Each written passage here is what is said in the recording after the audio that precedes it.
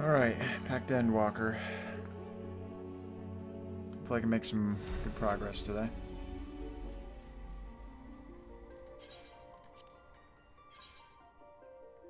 Ooh, wow.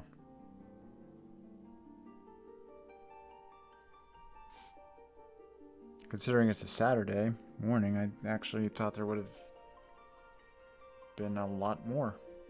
Okay, cool. Let's go.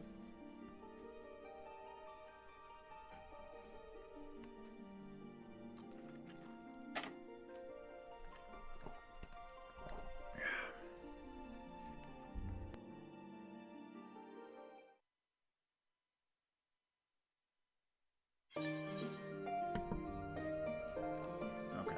Talked to all of them yesterday. I think we have a dungeon coming up.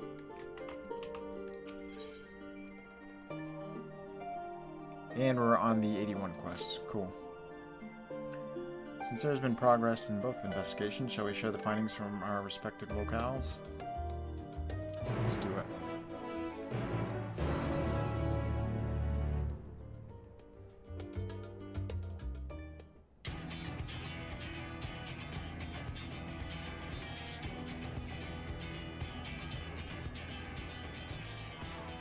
Your time in Thafnir has certainly been eventful. In my opinion, carrying out Vitra's request and assaulting the Tower of Zot should be our highest priority. I agree. While I still have questions concerning the Forum and their grand undertaking, we have all but exhausted our avenues of investigation. Simply pressing them any harder on the subject will almost certainly result in our expulsion. Therefore, I suggest we explore the ethereal sea connection by way of a letter to Master Matoya, then make our way to Thafnir. I wonder, even with the protection these talismans afford us, what can we hope to achieve once inside the tower? According to Orenvold and Fodola's report, they were unable to free the Emolja. Worse, their attempts triggered the tower's defenses, which led to a summoning of Luna Ifrit. What does it tell us that the Spires even have such defenses? Simply pulling a prisoner from the wall is fatal, thus the direct approach is doomed to failure from the outset. Any further measures to dissuade such actions seem unnecessary. Unless, of course, there is a way to free the prisoners without killing them. Then it stands to reason that any intruders will be met with overwhelming force.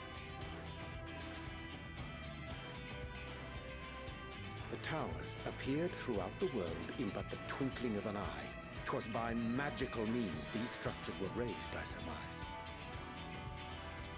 A spire thus conjured must needs be maintained, and I suspect an arcane catalyst, some manner of core, doth lie hidden within. Destroy the core, and the tower ceaseth to be, thus liberating the captives without harm. So we can hope, and I would prefer to enter the tower with a working theory than with no plan at all. Assuming Ishtola's reasoning is correct, the chances of the defenses remaining dormant are small to none.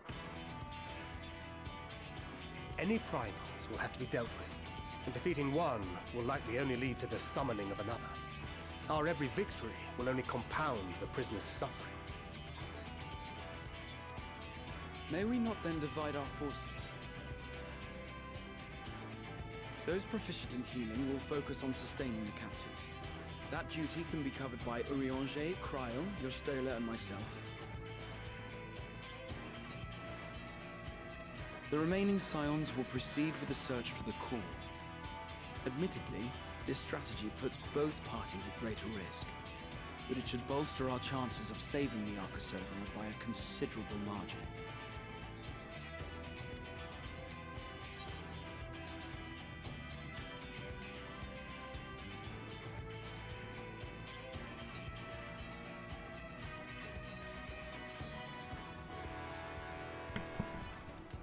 Michelle often knows in the right group. What Valze? She knows a healing spell or two.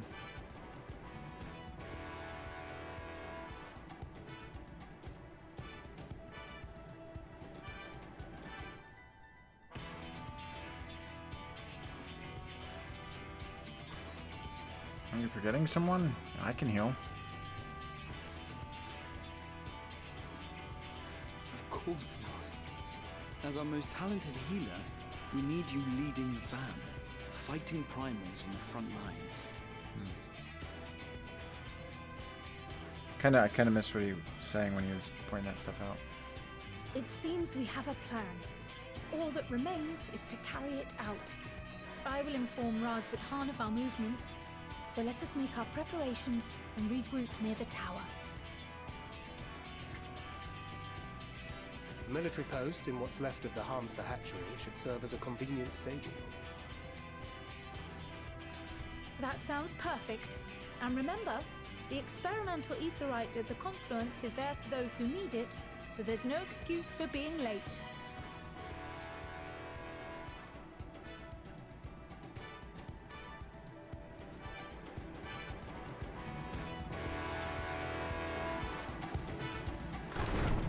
I wonder if Y'shtola is going to have a dual role, since she learned Destruction and Shadowbringers. I wonder if she can carry that over so she can heal or DPS if you want her to.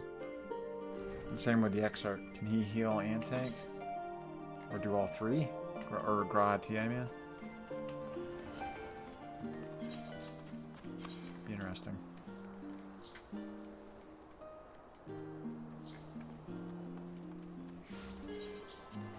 Alright, let's go. What does it say here? Let me see.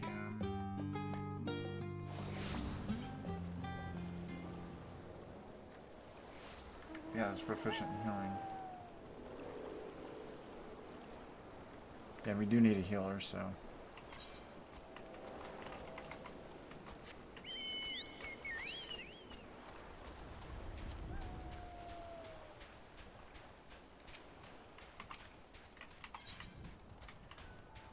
So hoping to knock out a few levels today at least. Hopefully less distractions than yesterday.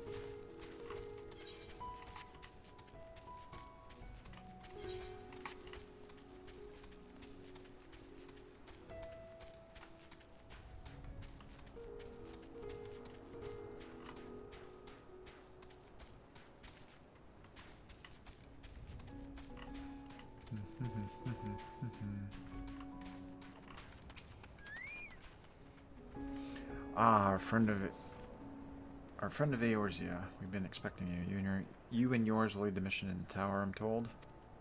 Boarding scales will be delivered soon. Till then, please stand by at the boat we have readied. When your fellows arrive, I will direct them to join you. We pray for your safety and success. The satrap trusts you and yours to lead the mission, and you must be formidable warriors indeed.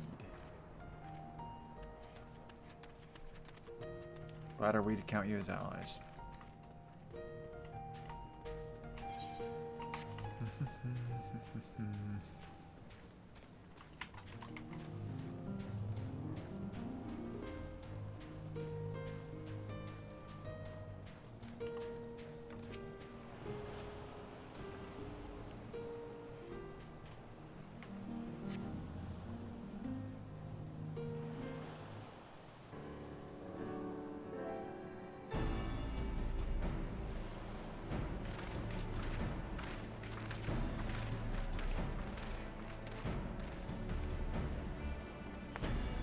This future of Etherite travel, I think I'll stick to boats. No warning how emphatic could have prepared me for that. On account of which we are a little late. Fighting fit, mostly.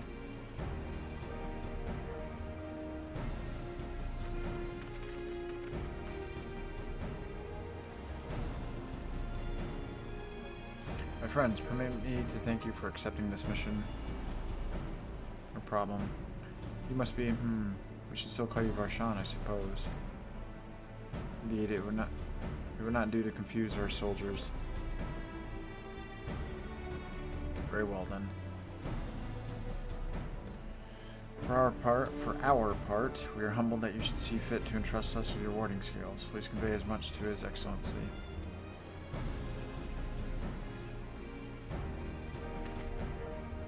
One for each of you. Please accept them with my blessings. Thank you. Our thanks. With these, we can go anywhere those the blessing of light can go. Not only for this operation either, but all the ones to come. We can finally break your monopoly on primals. I've been waiting for this day. I wouldn't mind carrying on as before, you know. In that case, they're all yours from now on.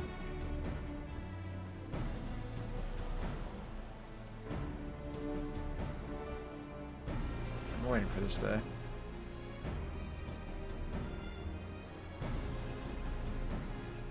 So have we, my friend. So have we. Baron is amenable to it. Let's review the strategy for good measure. As previously agreed, we will divide into two groups. Arrow and his band will break through the tower's defenses and locate its core.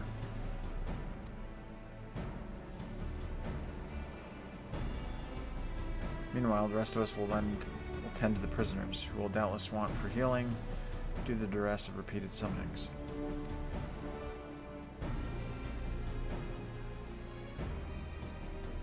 Primals which the tower bringeth forth shall be deities of Thavnarian myth. As we have no prior experience with such foes, pray exercise the utmost caution when confronting them.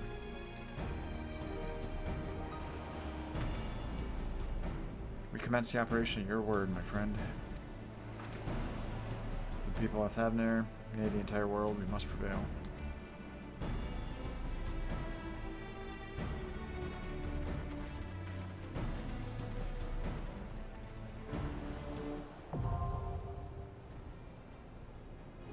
Cool.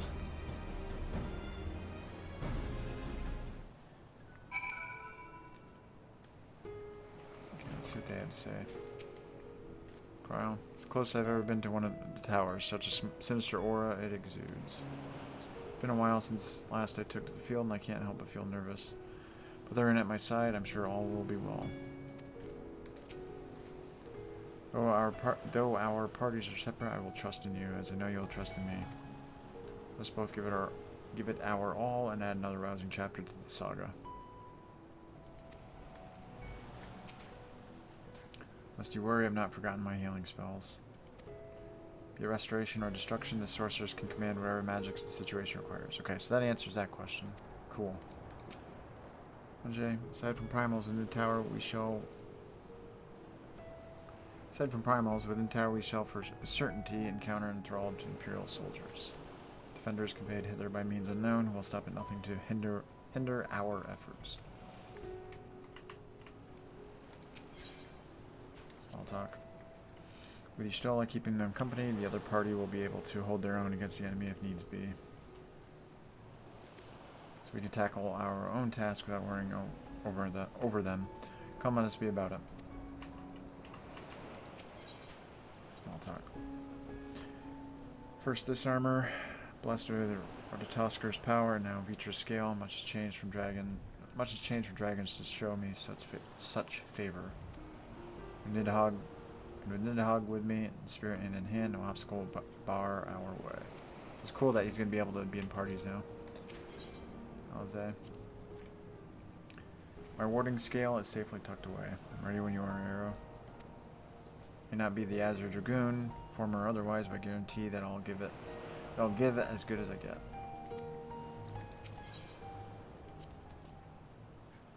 I may have taken up new arms, but my role is unchanged. I am a healer through and through. Yet, in knowing who once wore this sage's mantle, I wonder when all is said and done, will I look back on the battles I chose to fight with pride?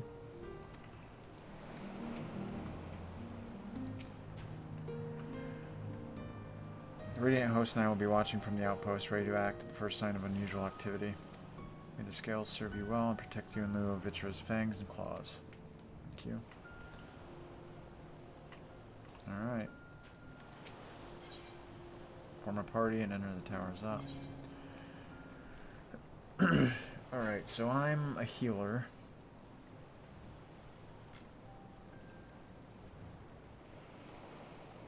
So I'll be myself, Thancred, Alice, and Stinian.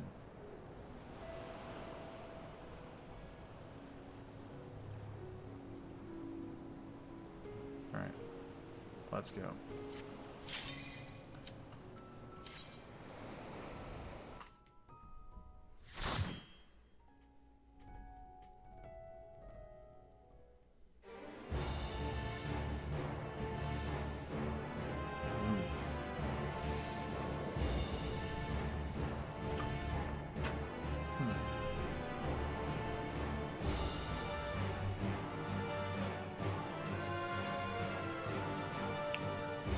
This music.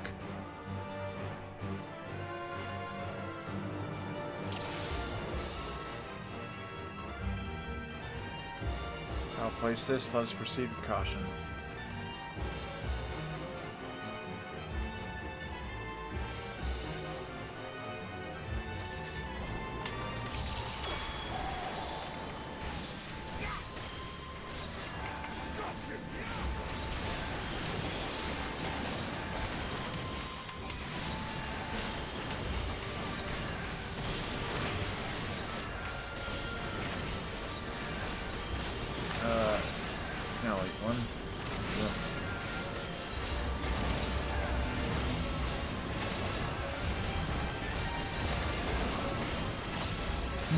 Buff Scott moved a little bit.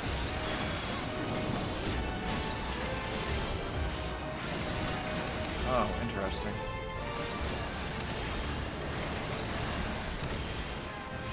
Or maybe that's how I said it, I just forgot. It's been a while since I've used food.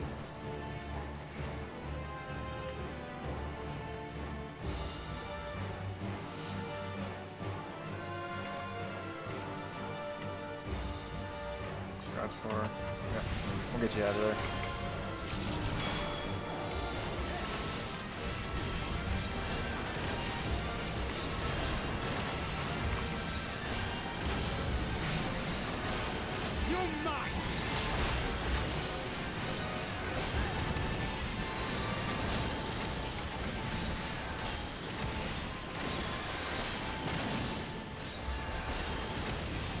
Gotta remember to use thin air more, since you get 2 charges now.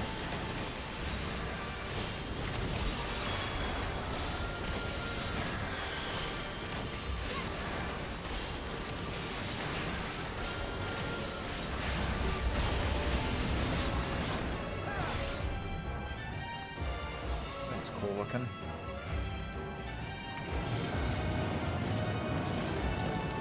Uh-oh.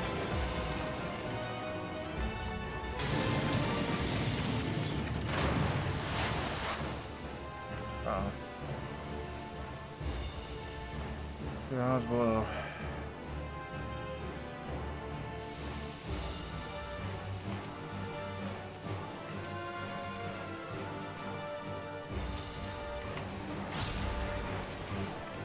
Much faster now engaging compared to Shadowbringers.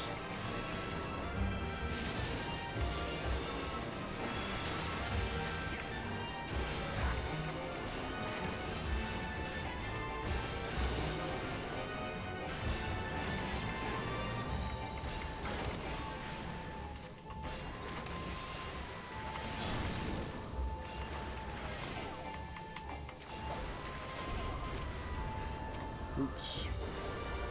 Okay, good.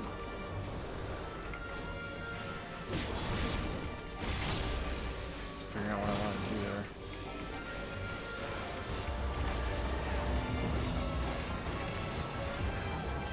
Trying to focus on what the DPS is focusing on.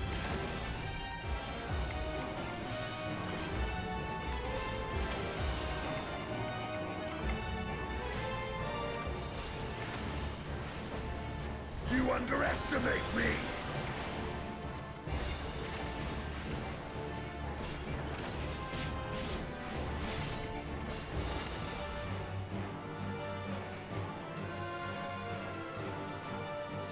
This place looks awesome.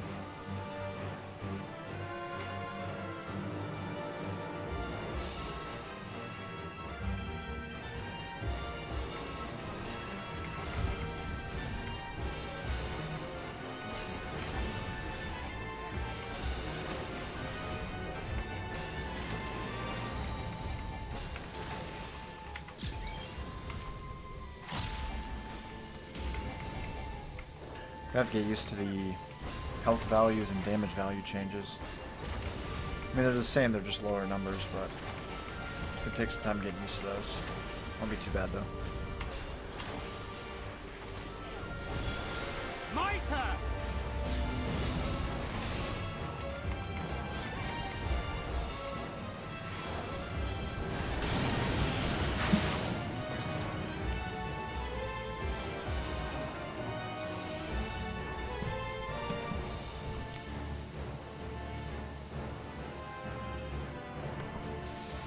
There.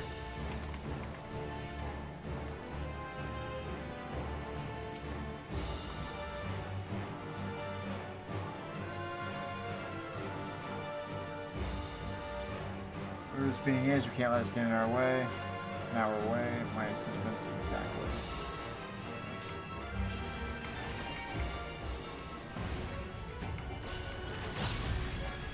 Whoa.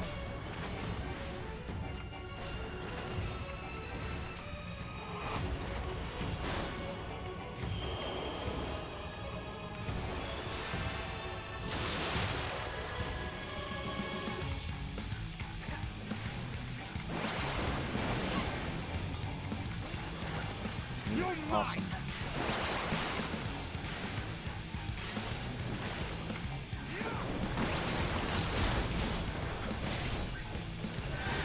You're mine!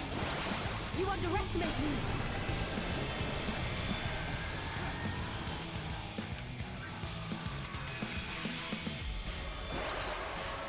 Whoa. You underestimate me!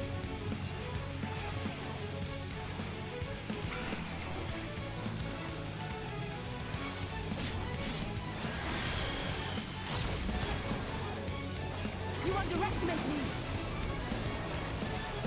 That's him.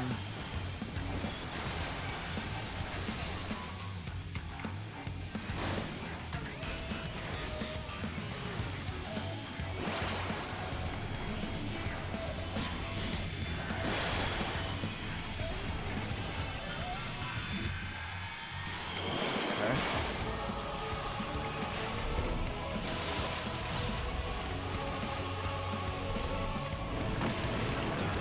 Yikes. All or nothing!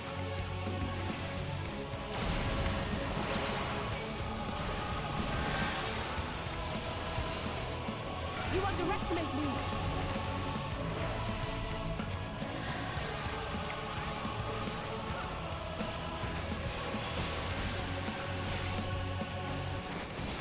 Suna. You underestimate me!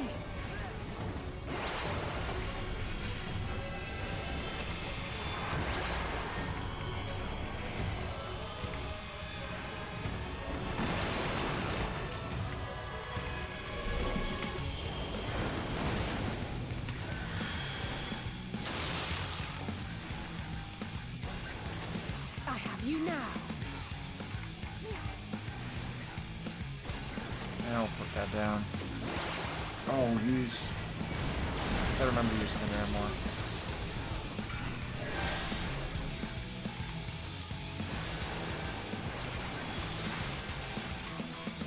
There we go.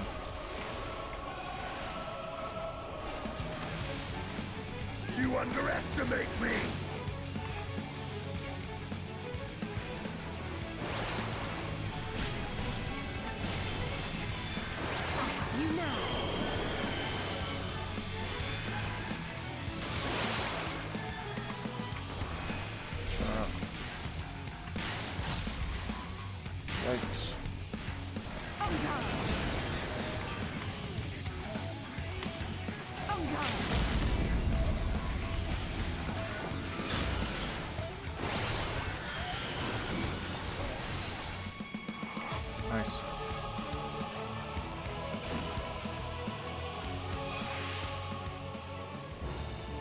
Well, I will say.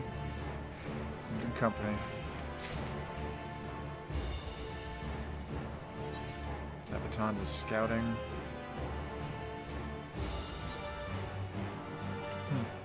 Those are pretty cool.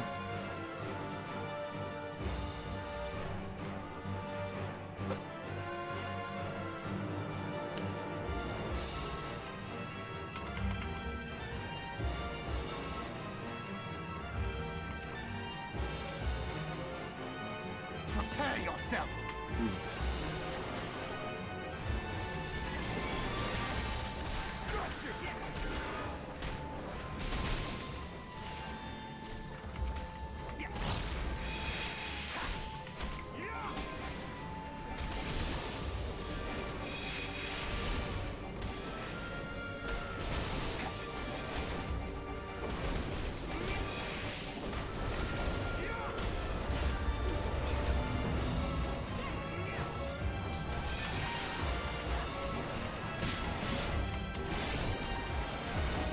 You underestimate me!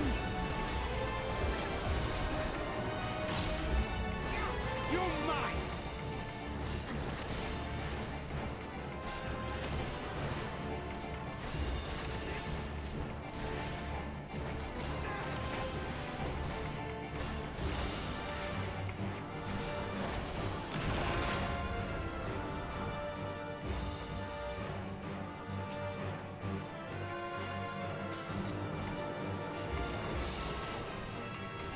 Those are weird looking.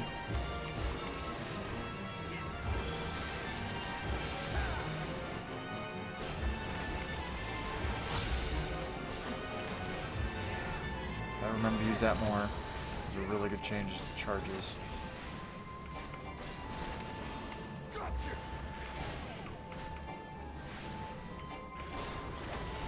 You underestimate me!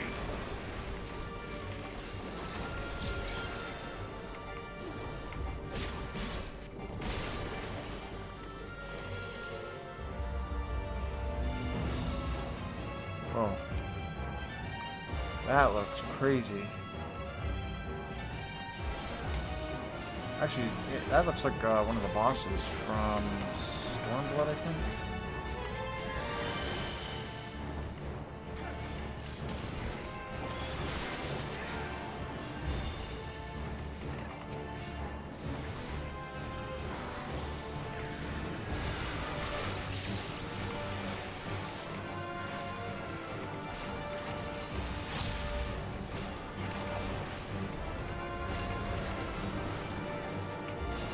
My turn!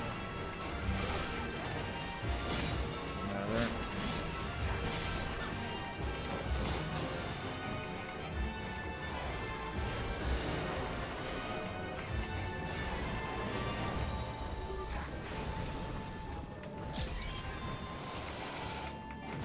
Blood Lily fled. Fled.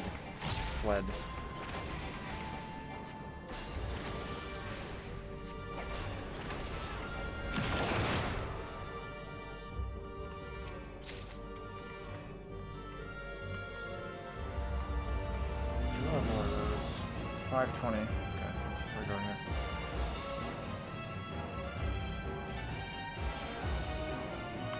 Let's see how many experience points we get for these. I'll have to check after. You're mine!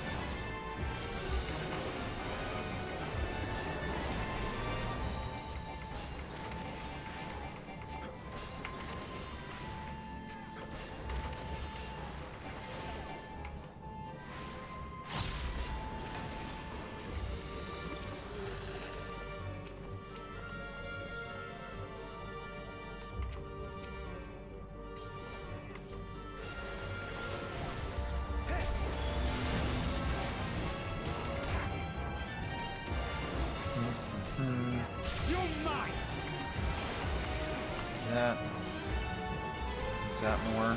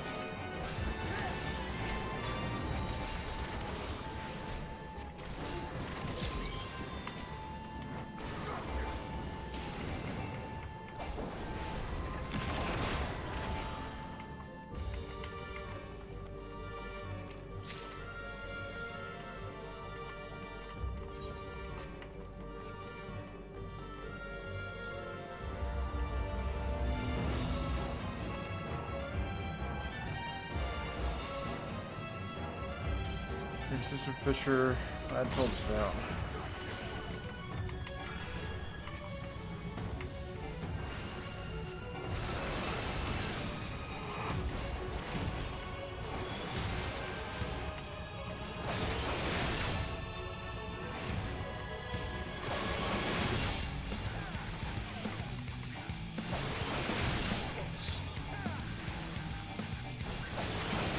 I'll check it in the settings.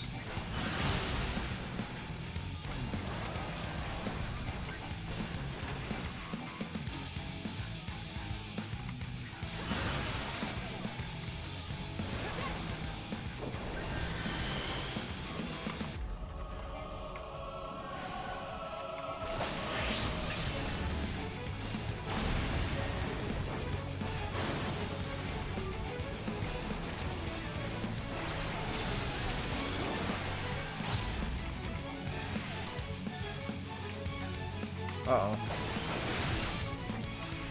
I'm okay.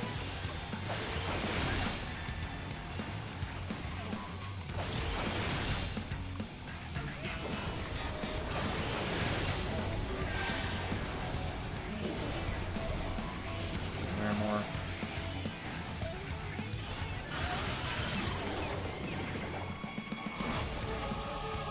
Cool guessing games. What nonsense is this?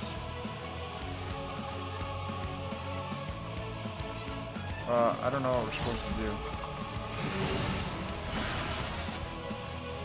Oh, okay, what's it? Okay, I see that one. My turn!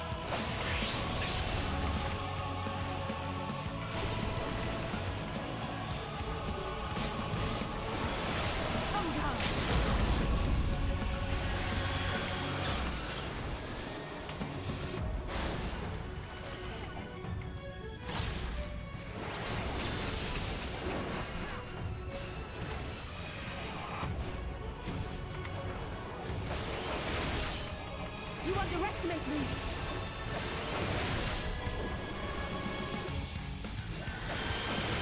Might just not be able to avoid that. Just have to take the hit.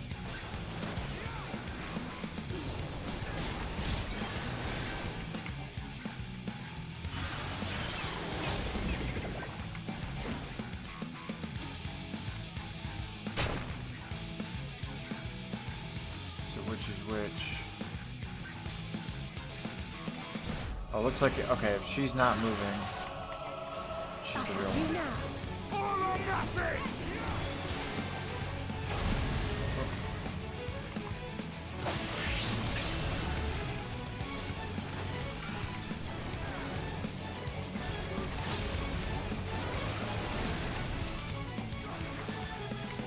I like this music.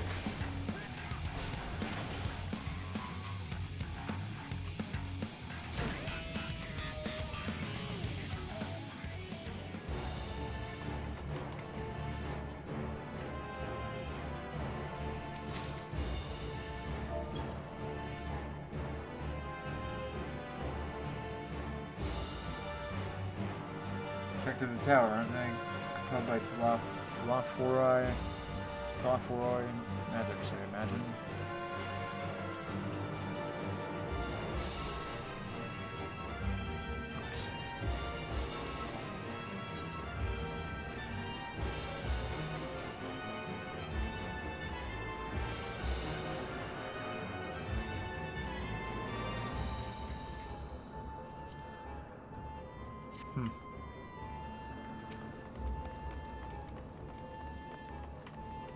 It's weird.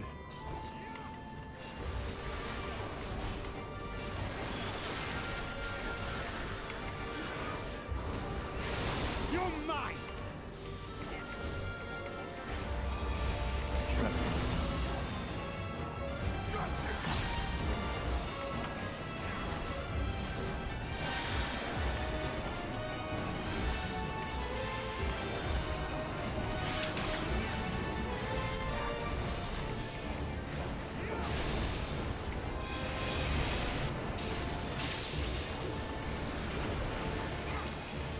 You underestimate me. Dots on all of them. You're mine!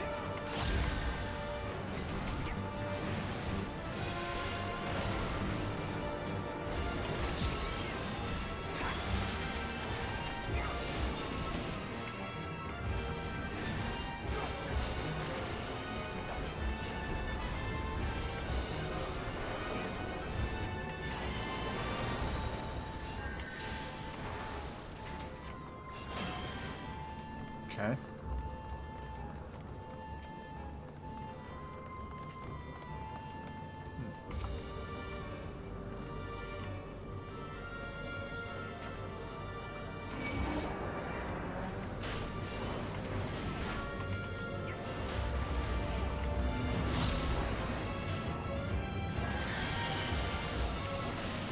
Oops, they're attacking that one.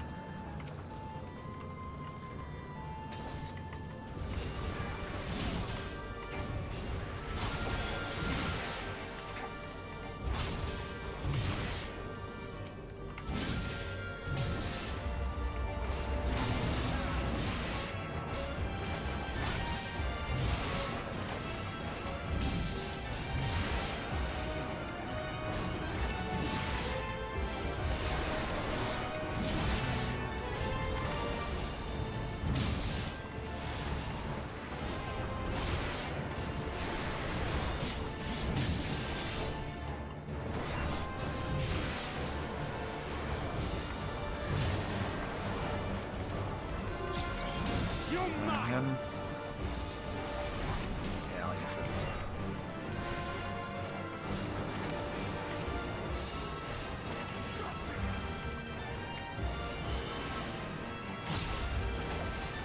You underestimate me!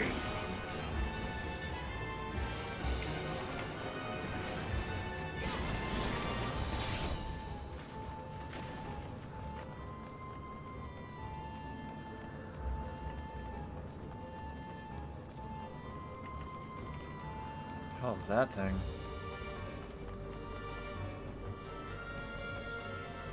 Ooh.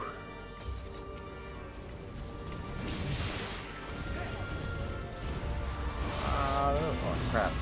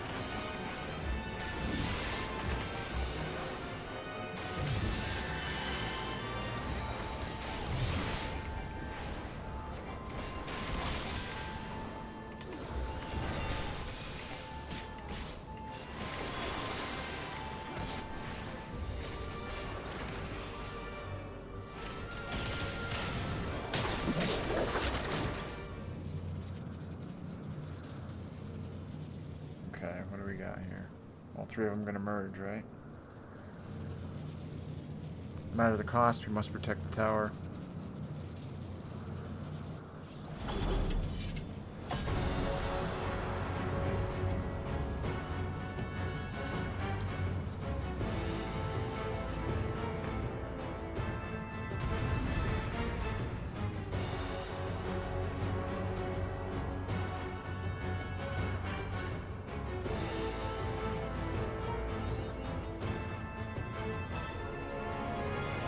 Oh, we're so close now. This either here or the either here is as thick as syrup. Okay. Quicker to fight all three at once. Please don't tempt fate like that.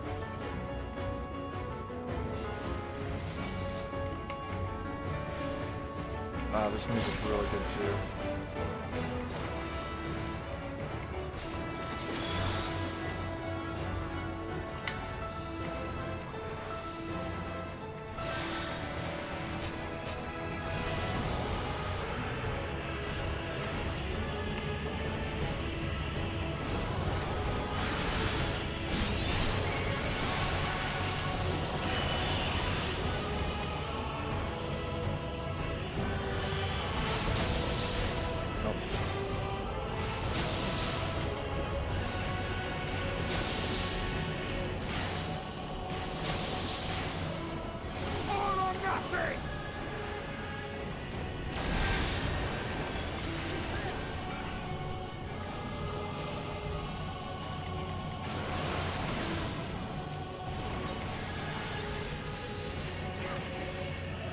I almost feel like maybe you don't attack them.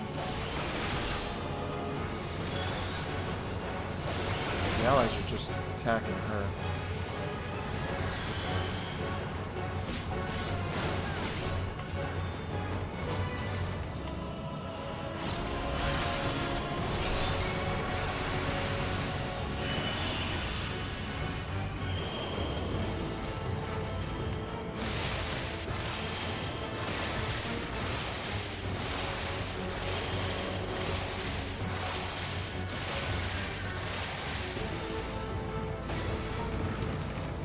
Oh.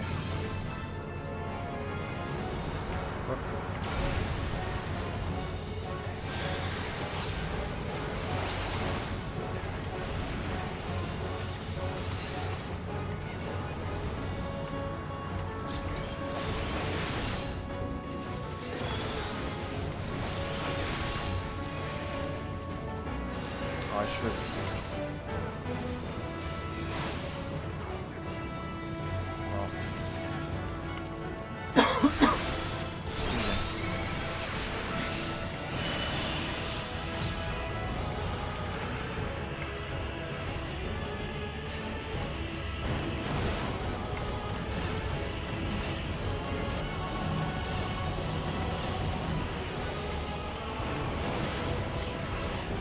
Let's give them a show!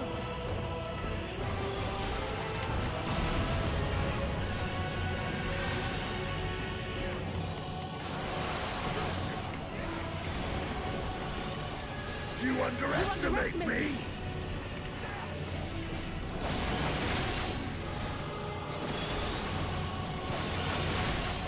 That instant. For some reason I think it was took a cast time. Maybe I was wrong.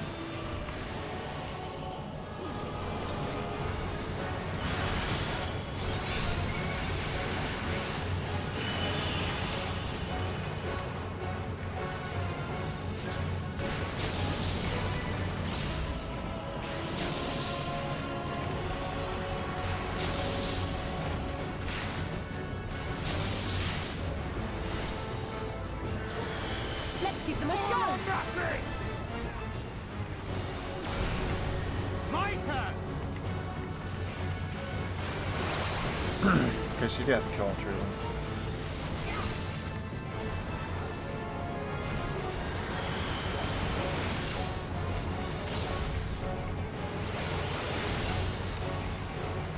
I have you now!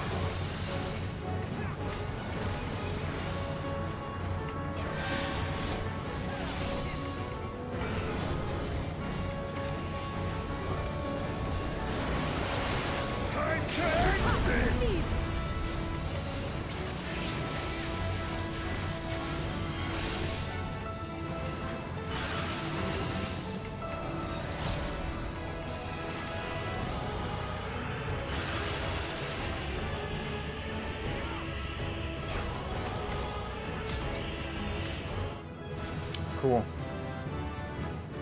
Just about 30 minutes, too. Buff.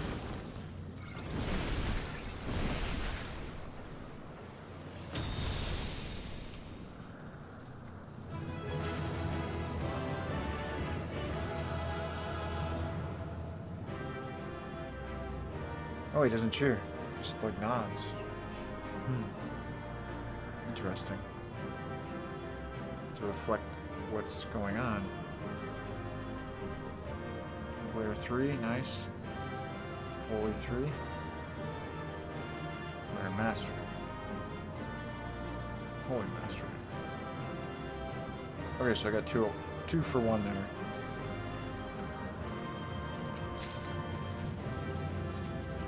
What does it look like?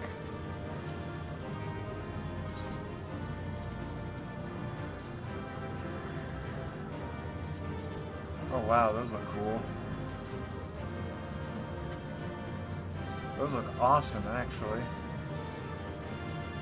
Damn.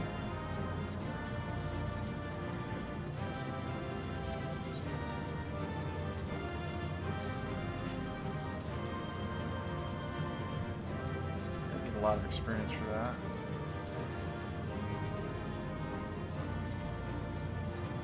What do they say here? Did they say anything? Nope. Cool.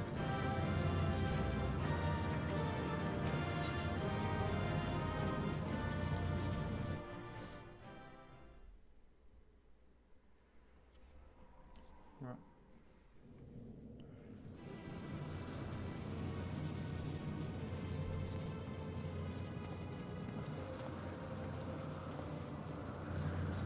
Is everyone all right? We fortified the captives with what magics we could. Have the defenses been disabled? All appears quiet for the moment.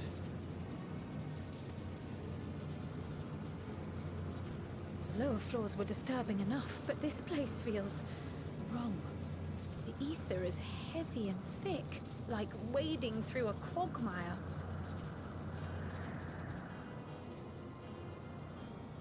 I believe we stand in the tower's beating heart. What sayest thou, Ishtar?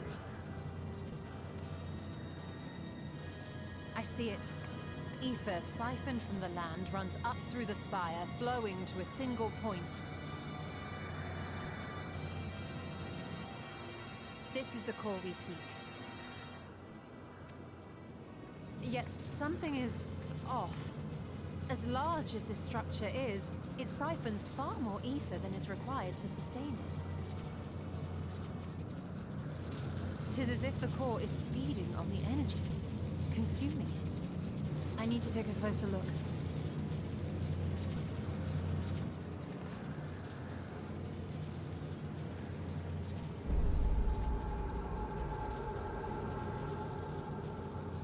Curious.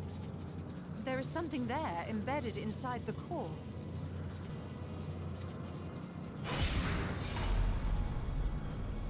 A man's limb. This is what we came to destroy? Yes, if you would be so kind.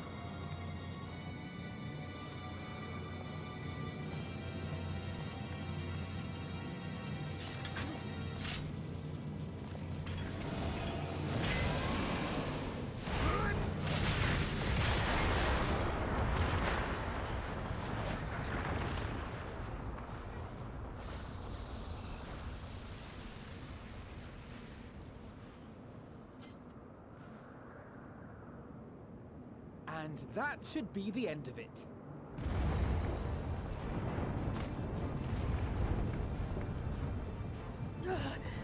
What now? My theory that the tower might come crashing down following the core's destruction doth appear to be correct. Bully for you! And how are we supposed to survive the fall?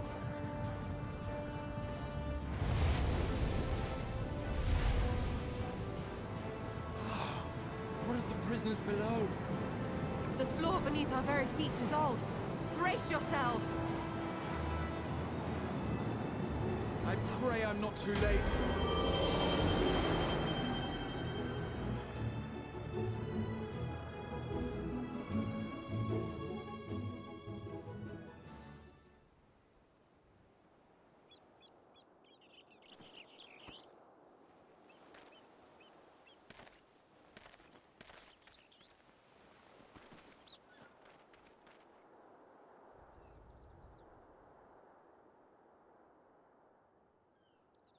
Oh, what happened?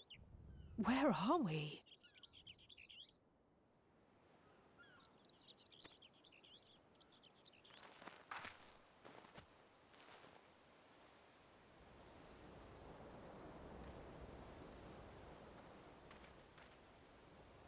By my reckoning, we're still on the island where the tower stood, but 'tis as if it never existed. Hardly a scratch. But how?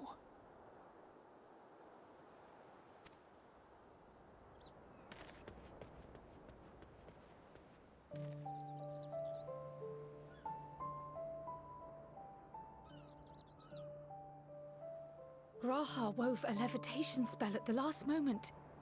Large enough to catch everyone, it would seem.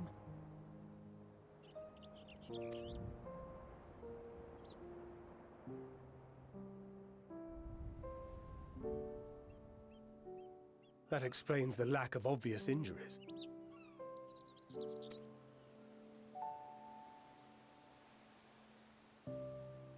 The expenditure of so much ether has taken its toll. He will need plenty of rest, but should otherwise be none the worse for wear.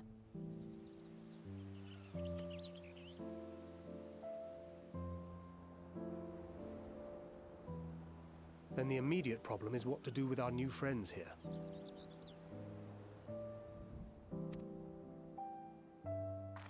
They'll be much changed for their time in the tower. Even if their bodies are intact, I doubt we could say the same for their minds.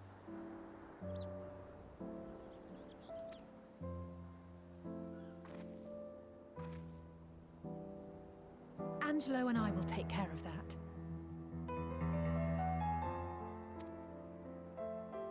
I have every faith in you, Alize, but there are just too many for you to treat alone.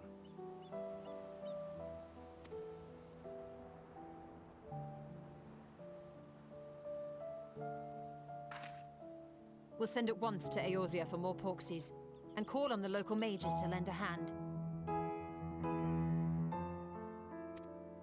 Hail, Scions!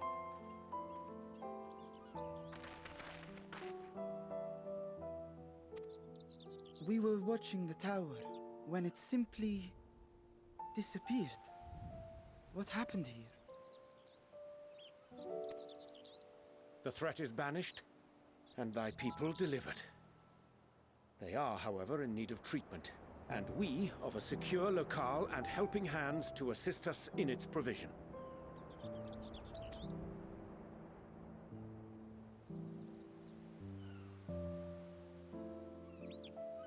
You shall have all this and more. Come, let us convey these unfortunate souls to the city.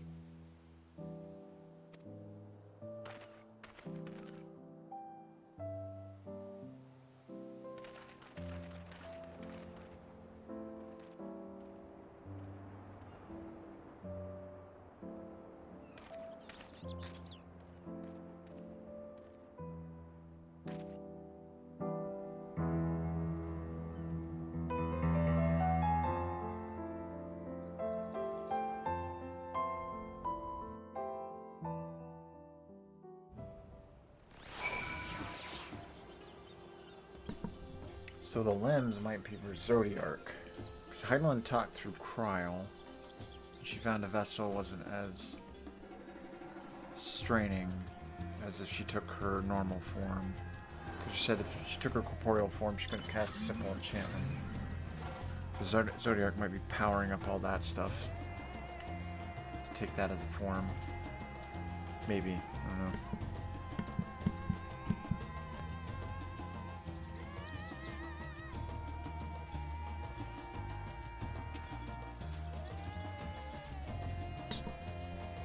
You carrying all those Matenga may have been a true struggle. Tonga. The liberated prisoners are being transported to Radzat Han for treatment. Alize and Ishola will oversee the administration of tempering treatment. There's support from those who know a healing spell or two. We'll go and join them city once you've had a moment to catch your breath.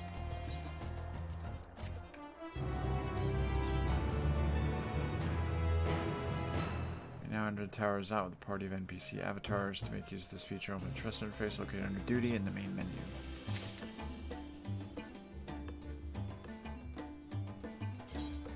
So I'm trying to...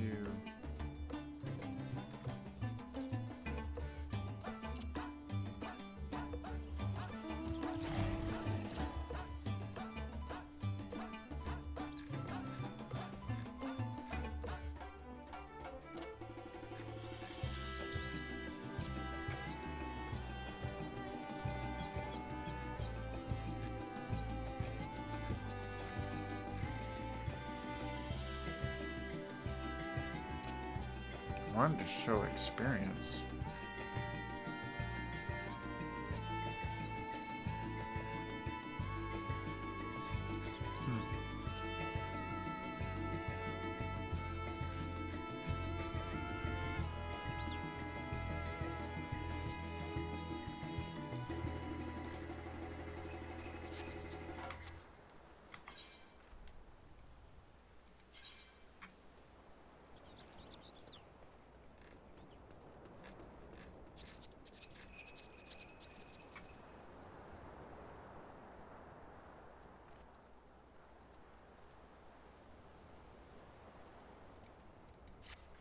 Be under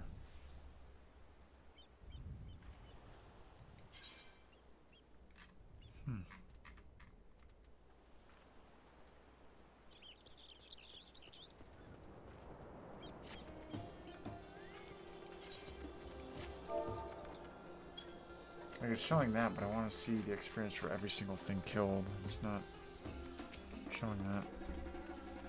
You can Had enough rest, have you? You never were one for being idle, right? Marshan bade us come to Megaduta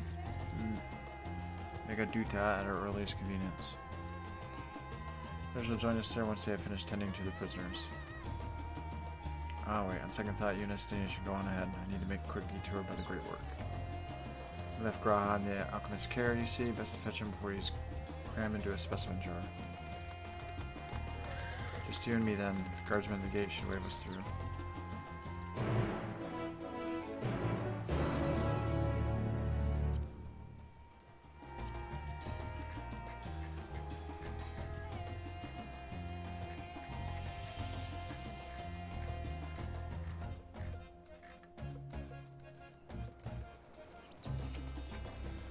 We delivered Grod, the alchemist. They were not a little excited. Perhaps it was Ndana's rescue that brought them joy, but given their fascination with Estinian, I'm not quite sure.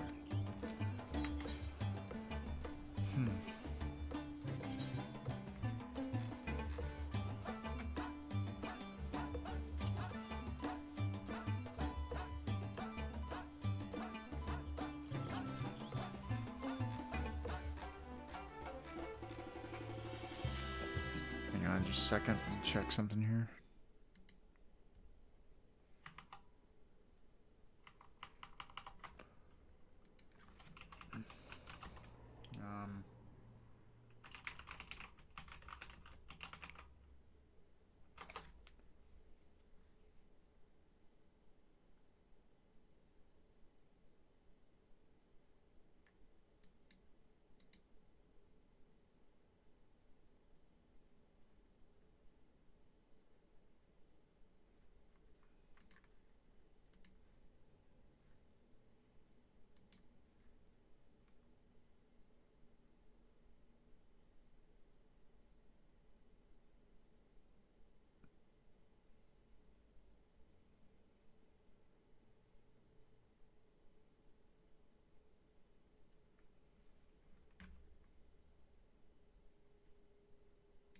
Chat log settings, cog.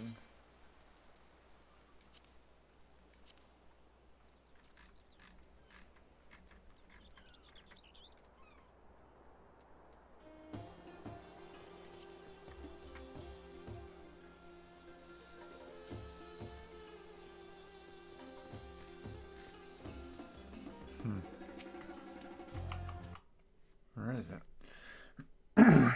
Scroll down to the log filters.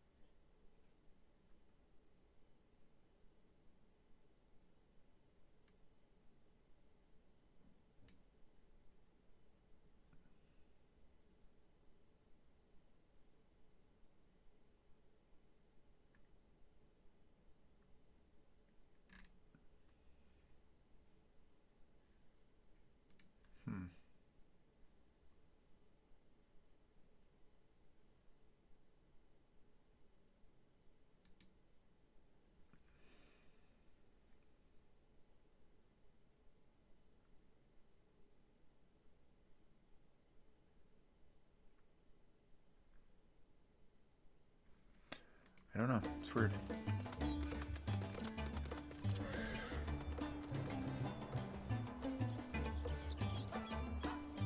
Maybe others? General?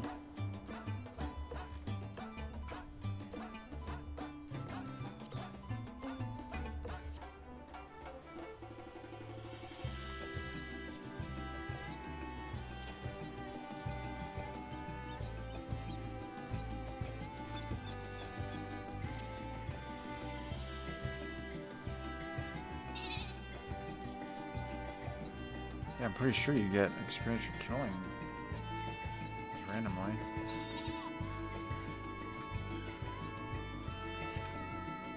Let me check something here. Maybe I'm just thinking wrong in terms of dungeon.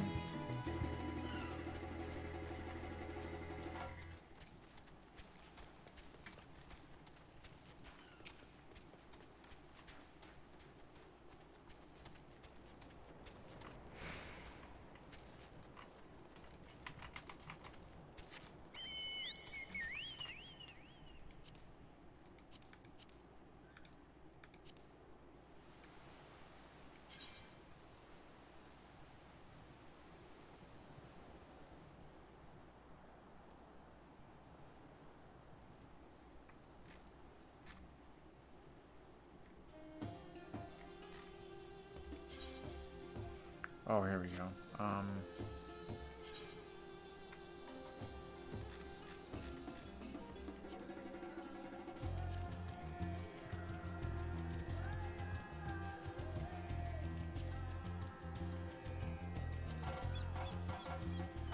Scallop 4.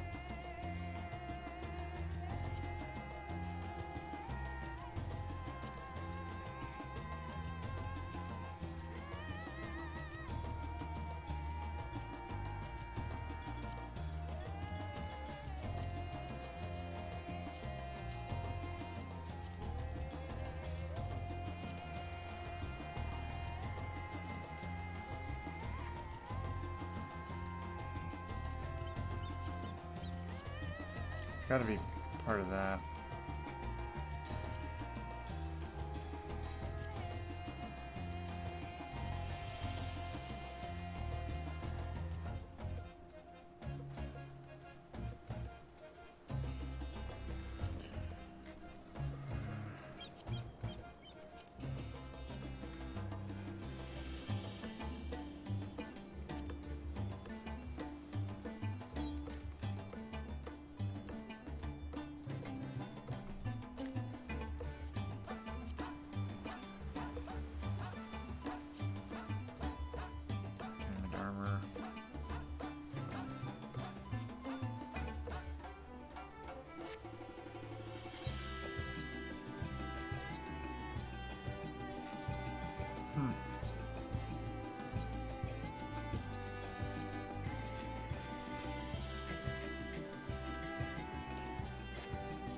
Weird.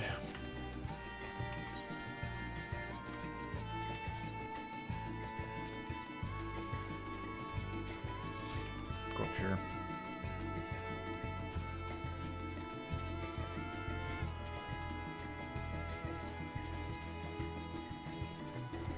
Yep, there's one.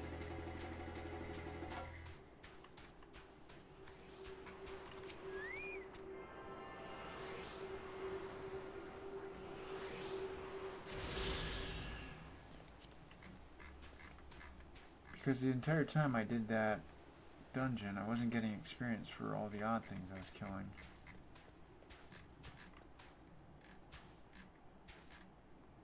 Only for the bosses.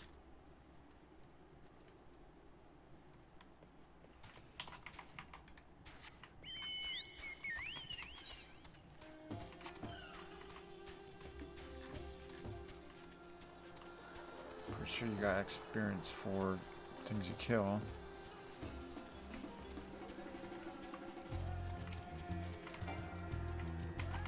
Check something here.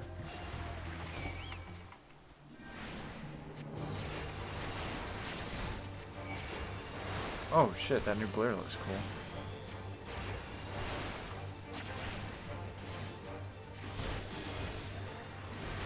Oh, wow. Look for holy too.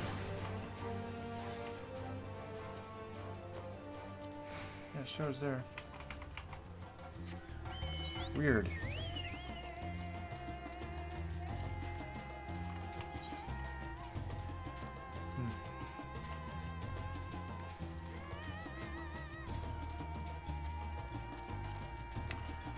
I'll have to check on the next dungeon.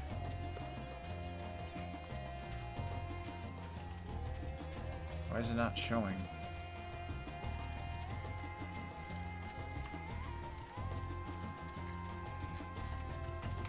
Oh well.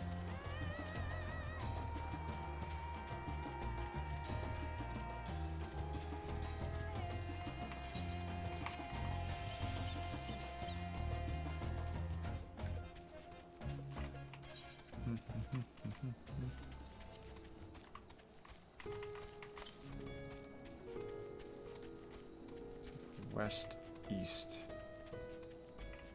It's right there. If I drop down, I drop below the bridge, and I have to find a way back up.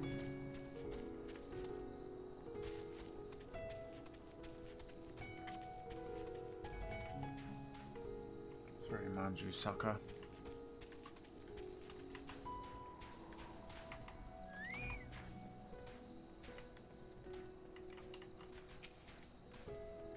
Tower gone, I expect that the state of alert will be lifted. Ah, honored scions, you are free to enter at your leisure. I cannot leave my post, I'm afraid you must make your own way. Should you require directions to the city, the sentry stationed at the fountain atop steps should be glad to assist you.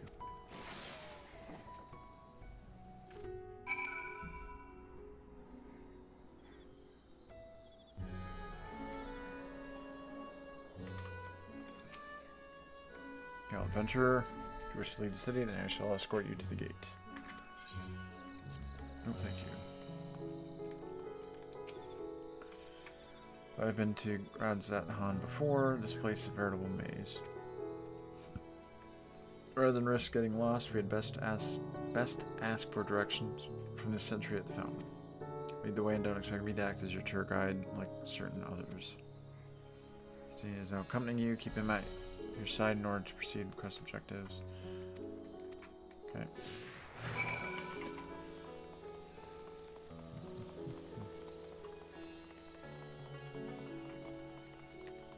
Gotta remember to attune to this stuff.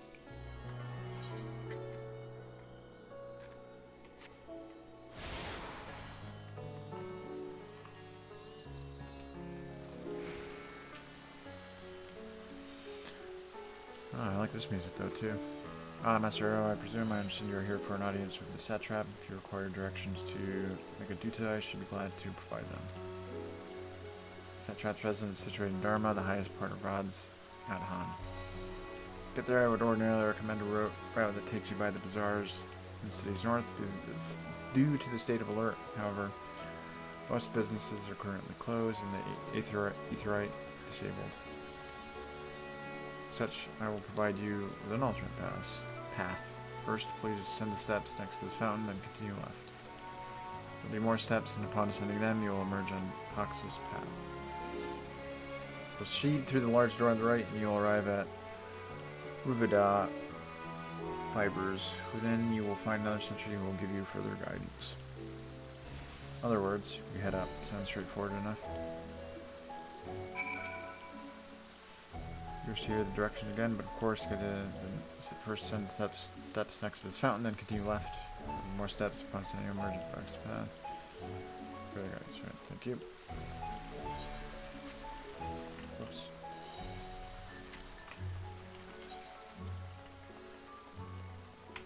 Let's go attune to the big inn over here.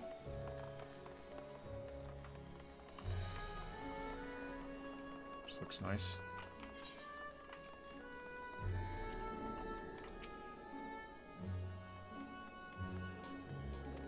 Oh, okay.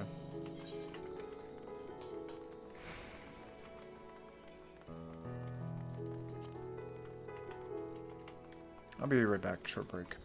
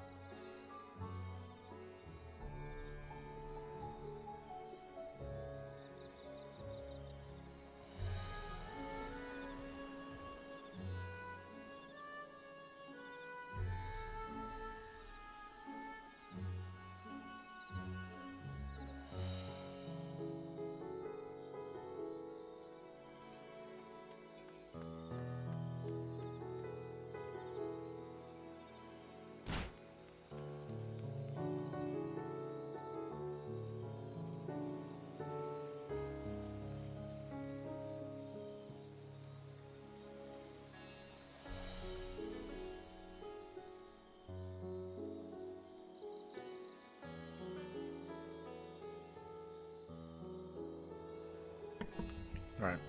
Back.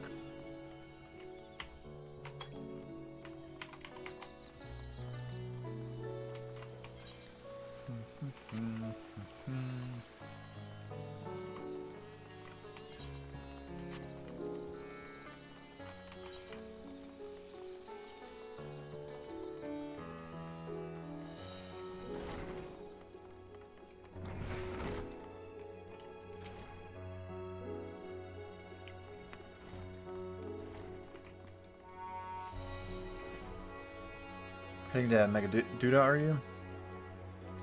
In that case, please follow this hallway to my right and go through the door at the top of the stairs. Emerge at the entrance to the airship landing where another sentry should be on hand to assist you. Incidentally, if you ascend the steps to either side of me, you'll find the workshops of Ruvidai fibers, though you're free to observe the artisans. Take care not to lose your way.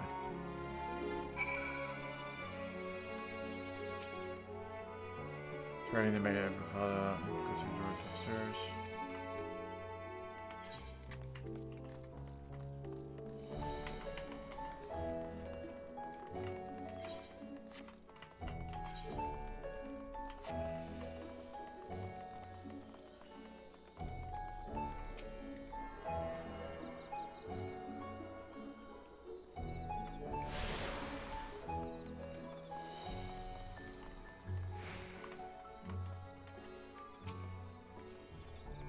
If you're here for an airship, I'm afraid all flights have been suspended until further notice.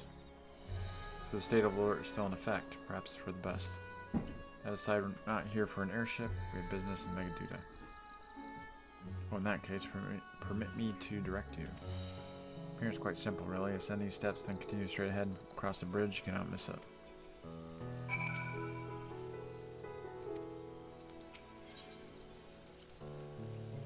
Confusing as it is, you'd think they'd intended to make a maze out of rods at Han. Grania was flat, at least if you became lost, you could head to higher ground to get the lay of the land.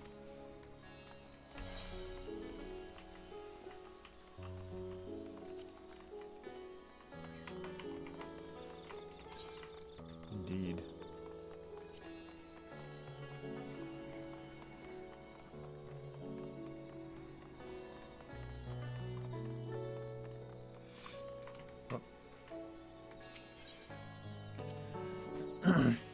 I remember passing by here with Varsha, and the situation being as it was, he regretted not being able to show us the sights. Life is yet to return to normal here, but when it does, you ought to pay another visit. The city is confusing, the food is quite good, and partial to the hams on myself. The meat surprisingly tender and flavorful.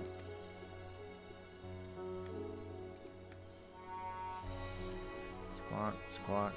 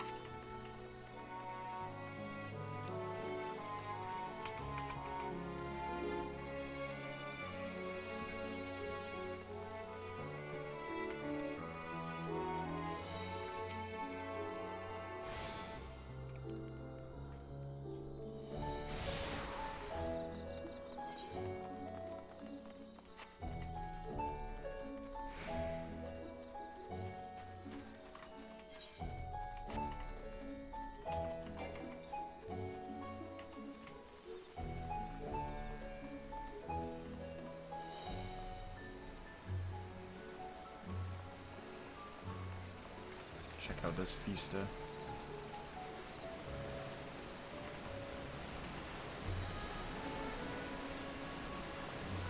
It's a nice sight.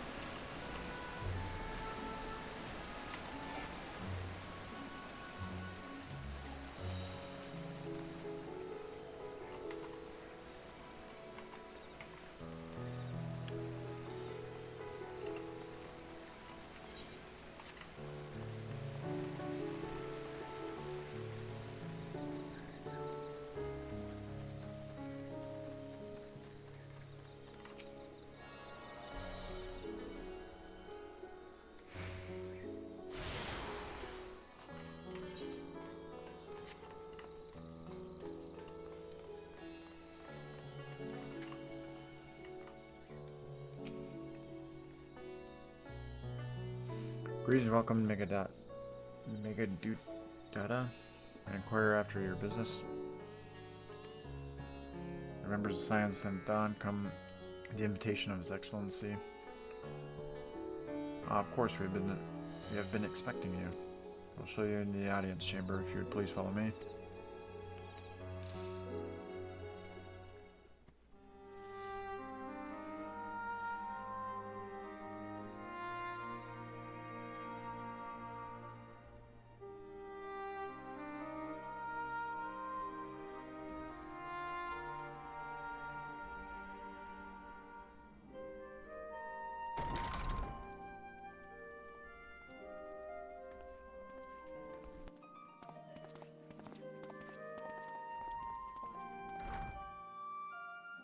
Are we the last to arrive?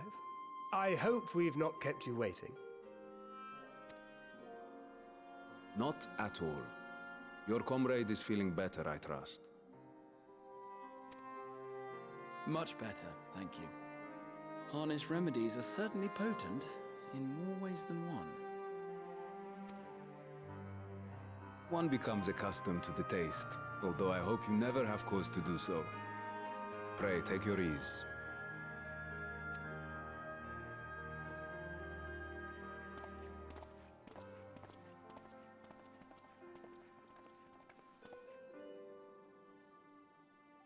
Full glad I am to see you all unharmed.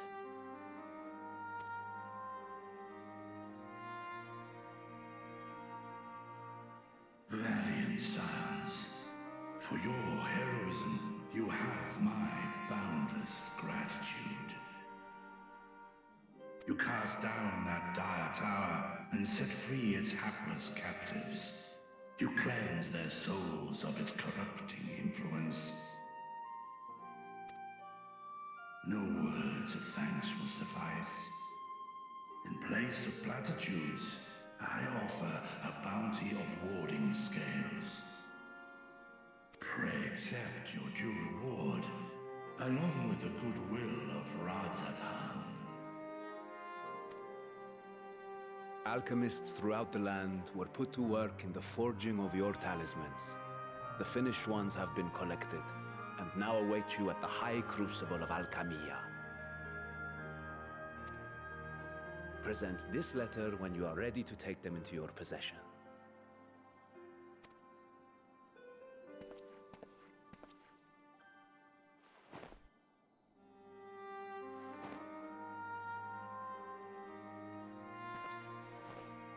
We are humbled by your generosity. Know that the inventive wisdom of Radzatan will be vital in restoring serenity to our star. Every single one of those scales came from you, didn't they? You must still be in such pain.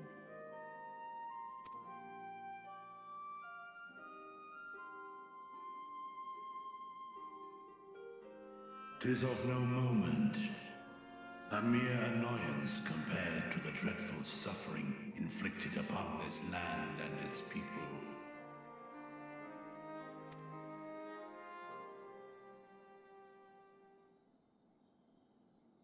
Albeit brief, my involvement in the Dragonsong War afforded me a glimpse of the myriad sorrows which consumed both dragon and man. Though you were half a world away, such tragedies as befell your kin must have affected you deeply.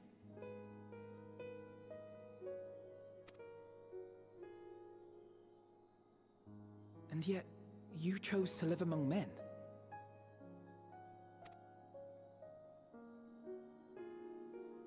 In the age when that conflict first bloomed, my choice had already been made. In some distant place, man slew dragon, and dragon slaughtered man. Yet no hate could I muster for those smiling faces which did look to me for guidance. Not even my brother's righteous rage could rally me to his cause. I huddled here, secret and still, hoping against hope that which I had built would remain untouched by the chaos and carnage.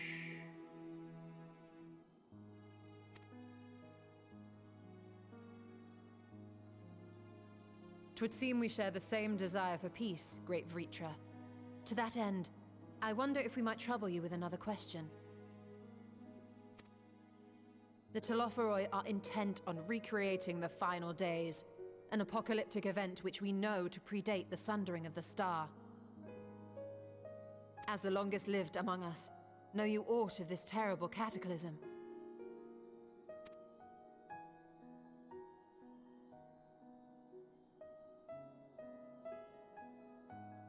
Nay.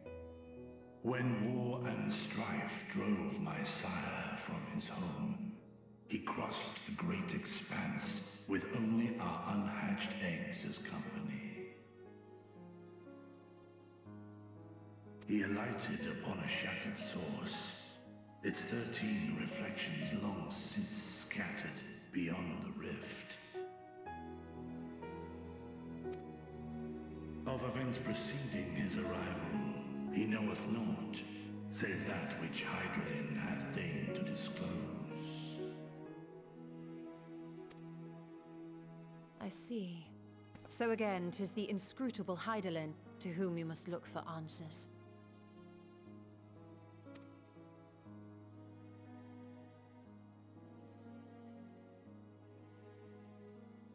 Seek you to divine the will of this star? If so, I have a tale which may afford you some small comfort.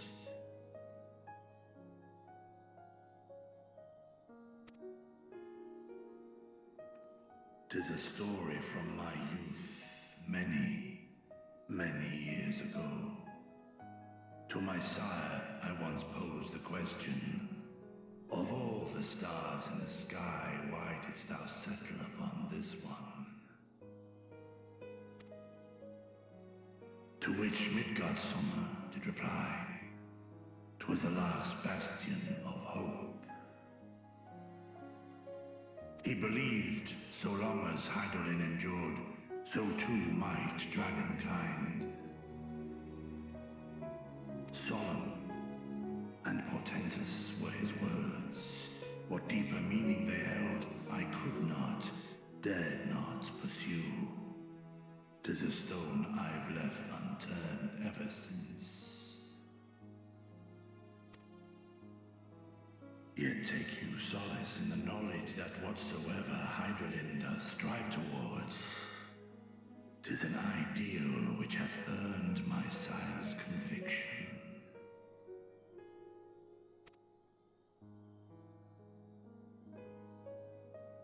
Thank you, Vritra. You've given us warm reassurance in a world gripped by cold uncertainty.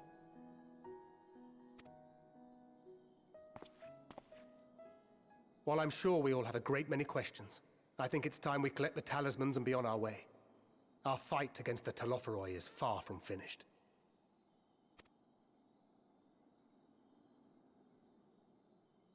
We must take our leave, but please do inform us if we can provide any further assistance.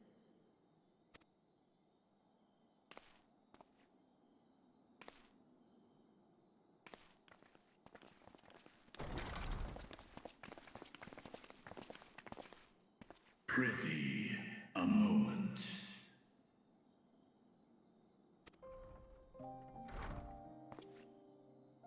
There is one whom my sire hath judged worthy of honor and respect.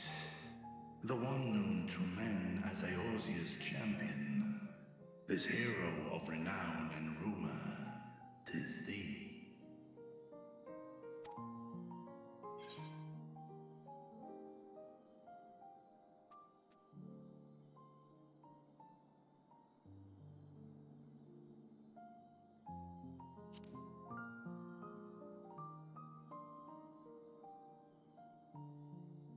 I know of his clash with Omega, and the long slumber which was his price. Yet even closed in sleep, my father's eyes are far from blind.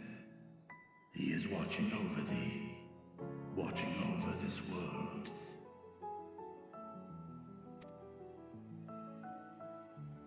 'Twas a revelation most pleasing that thou, a child of man, had gained Midgardsummer's trust. But alongside mine elation runneth a rivulet of dread. For upon thy life's reel wind too many threads of fate, power, wheel enmeshed with woe. Amidst this tangled knot thou shalt know no rest. 'Tis an endless confluence of forces, a struggle without surcease.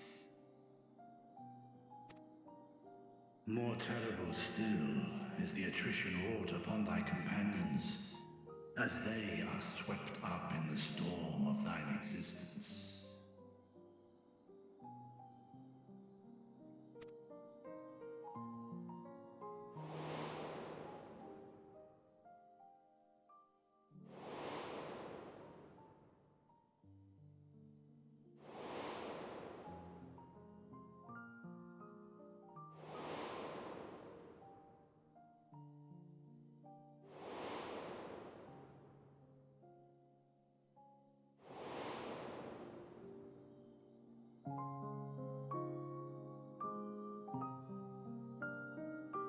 Take heart and protect them well.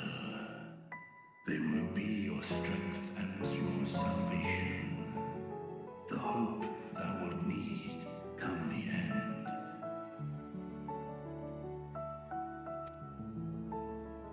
Even cowering behind my curtain, I know the suffering of the powerful. I have watched my siblings driven mad by loss.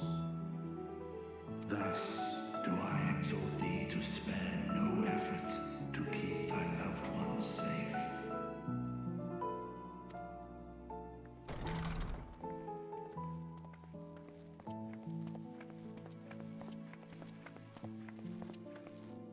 Ah, apologies.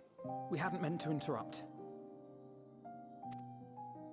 It's just that we do have a history of suddenly collapsing, and when you didn't follow us out... 'Tis I who must apologize. I have detained your champion overlong with idle chatter. Go. At war's end, I pray I welcome thee back into my hall, where together with thy joyful comrades, you may toast your triumph.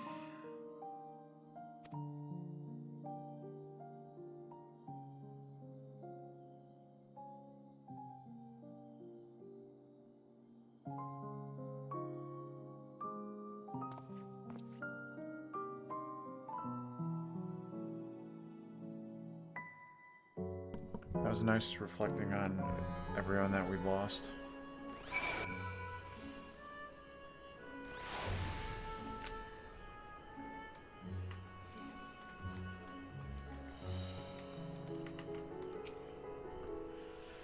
Our apologies again. I hope we didn't force you to conclude your conversation prematurely. No problem. So, what were you and Vritra talking about? Nothing? Very well, if you say so. The others have gone ahead to the High Crucible. Let's catch up to them.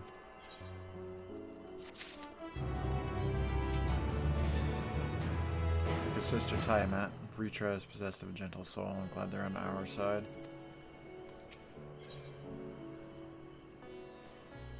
Alphino has a mind to join the others at the High Crucible. Attendant was kind enough to give me directions to thy crucible. First, let us return to the Mulberry Orchard.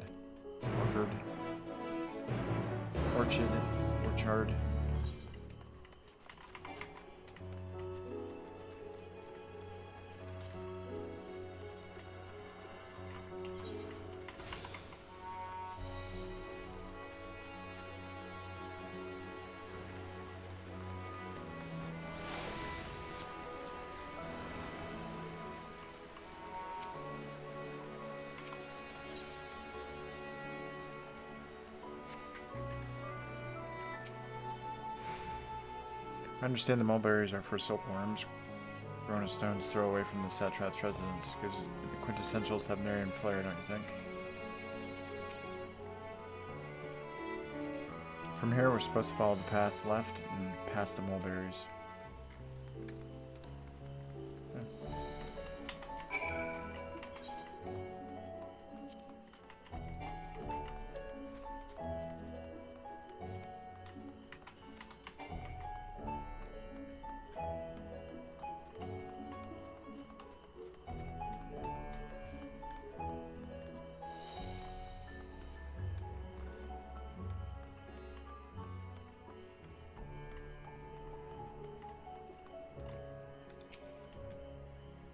Word Yuj apparently means bind in the local tongue, and this district is so named because it connects all others in the city. If we managed to come this far, we shouldn't have trouble finding the High Crucible, or so I was told.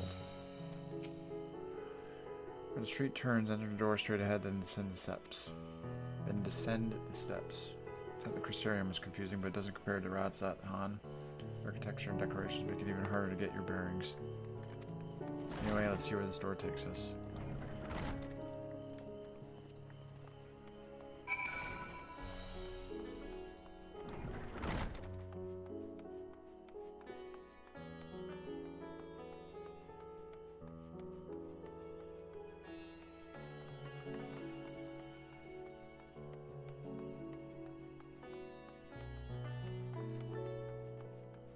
I didn't find the Crystarium all that confusing, actually. Here, it seems we're on the right track. Here's the Aetherite Plaza. So far, so good, and there isn't much further to go. From here, we just need to cross to the other side of the hall and pass through the larger of two doorways. That crucible lies beyond. I suspect the others have already collected the warding scales. Come, let us join them.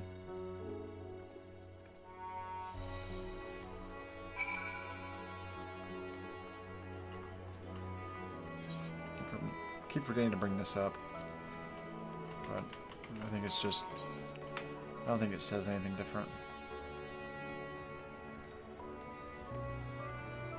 Oh, hey. Took your time, got turned around to take it.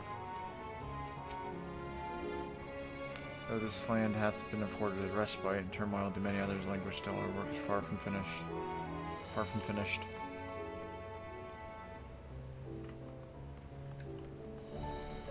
Whoa. That's colorful.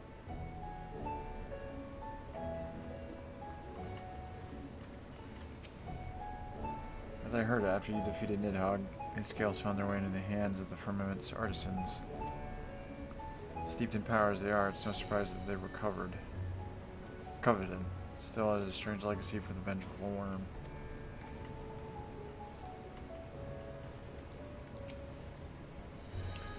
Quite well now, I assure you. As they say, the stronger the taste and stranger the color, the more effective the remedy.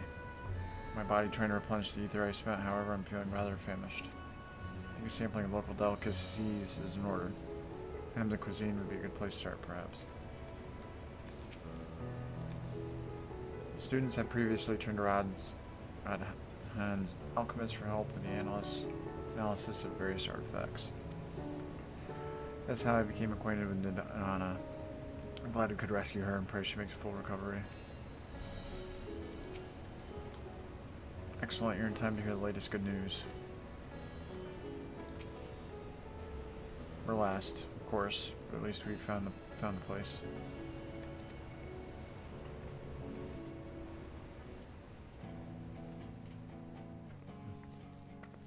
These are the talismans we were promised.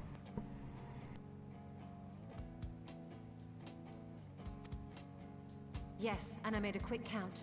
There are far more than we could have hoped for. Enough to outfit an entire company of soldiers, in fact. Considering the involved process, that they were able to manufacture so many in such a short span of time is nothing short of a miracle. Once we have distributed them to our allies in Eorzea and the Far East, we'll have a fighting chance to bring down the other spires, just as we did with the Tower of Zot. Or we could use them to invade Garlemald proper. and strike directly at the Telophoroid's base of operations.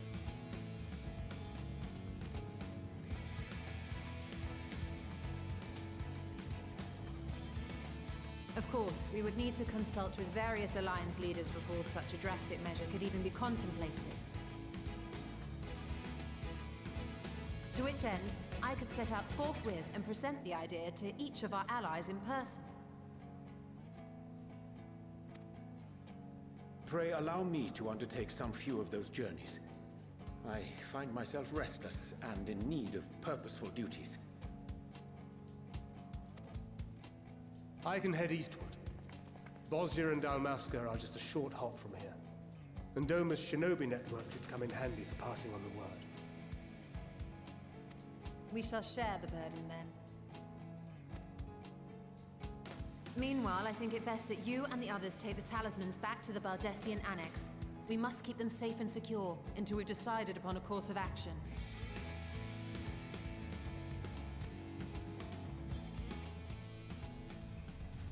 Please, I must speak with you.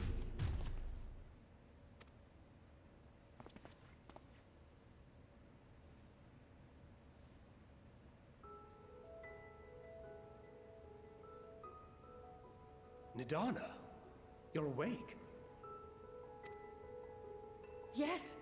When I spoke with the carer at my bedside, she told me that one of the scions, a young woman, had cleansed me of the tower's corruption. It seems I'd been asleep ever since the treatment. But when I awoke and learned you were all still here, I knew I had to come.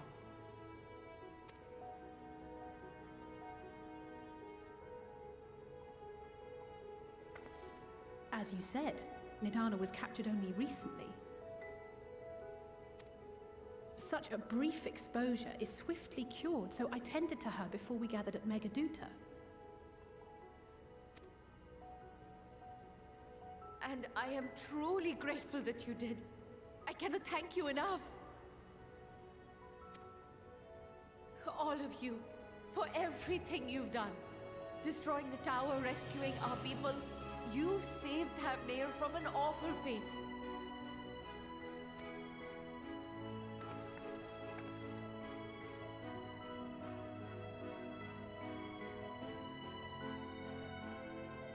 Yet who hath truly saved whom? Due in no small part to thine inspirational courage, the alchemists were successful in reproducing warding scales of proven efficacy. Replications of thy work now stand ready to travel across the seas, unto the hands of those who might wield them against this rising evil.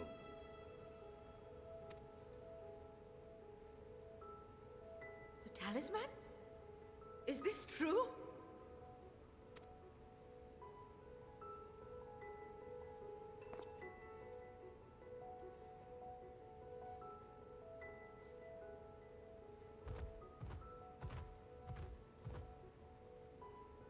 Oh, I was so groggy from sleep.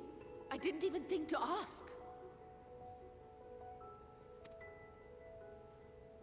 Oh, our great work sent across the seas.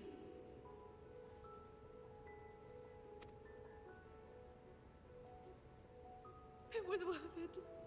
Oh, it was all worth it.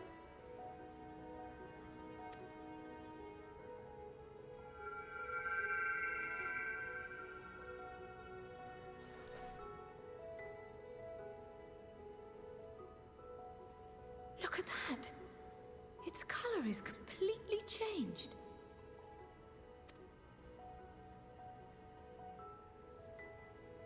What do you have there?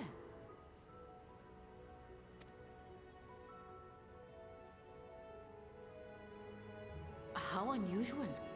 I wonder if the effect is a reaction to Akasha.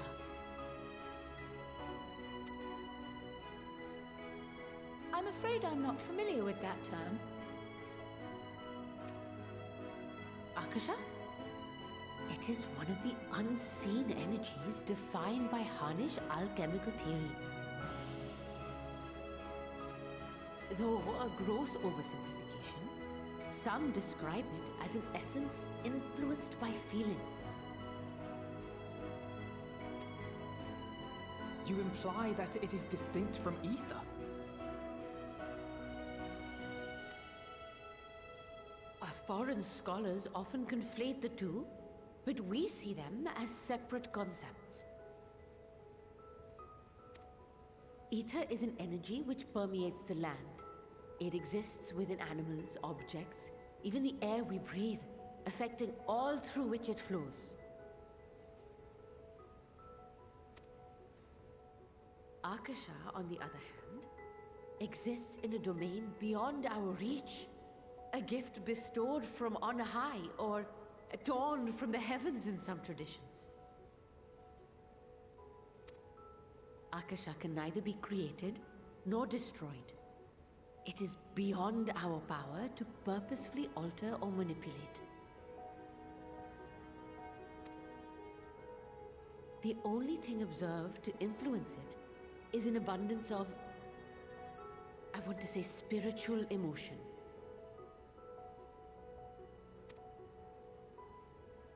As a veteran of the battlefield, surely you've experienced moments of desperation or exaltation when you've transcended the usual limits of your capabilities. That is a manifestation of Akasha, the invisible essence harnessed by heart, mind, and unyielding spirit. I really must hear more about this theory. Our disciplines are based entirely upon the idea that ether is the fundamental form of all energy.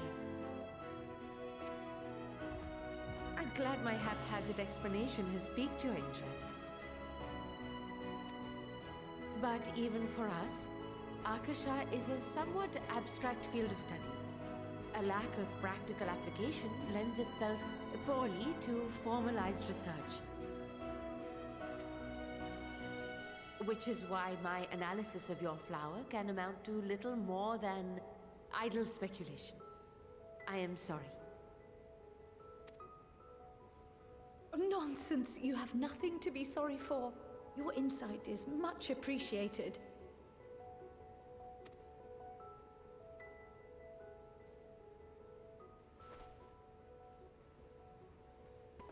Shall we depart for Charlian then? I will see to it that the talismans arrive at the Annex. And we will be in touch once our talks are concluded. I suggest you rest while you can. From here onward, sleep is bound to be in short supply.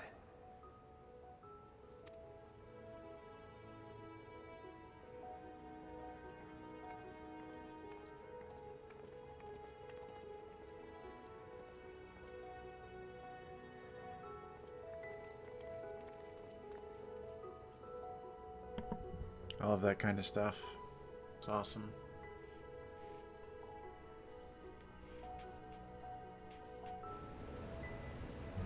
Just like groups and people in the game just being thankful for things.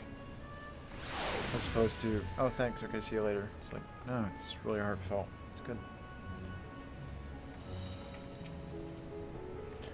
Last thing I remember before being absorbed in the tower was you rushing towards me. I can only imagine the hardships you and yours must have had to overcome to rescue us. No amount of words will suffice to express my gratitude, but I hope the flower's radiant glow says everything I cannot.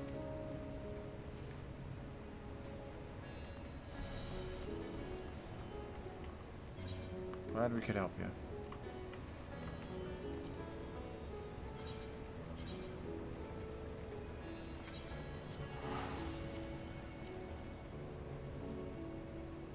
Wait a minute. Can I get access to this yet?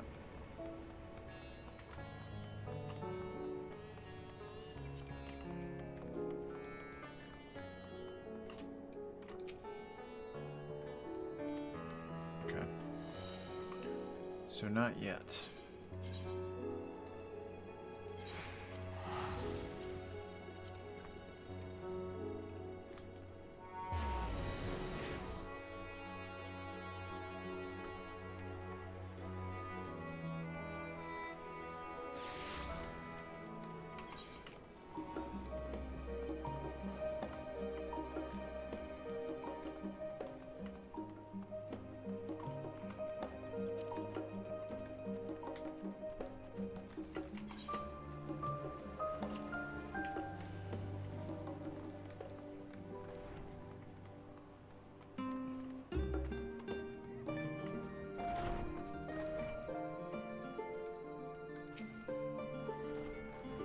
good to be back.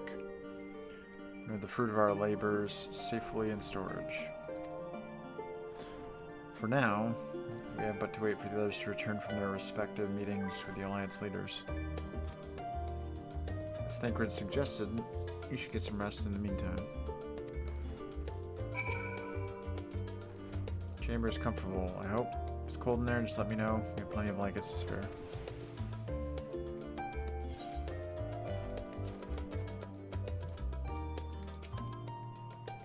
Welcome back, Arrow. Cryo has apprised me of your recent accomplishments.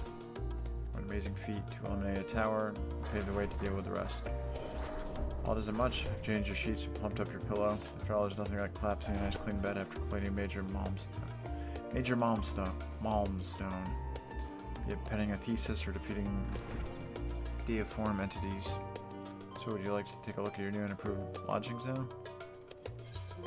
Please.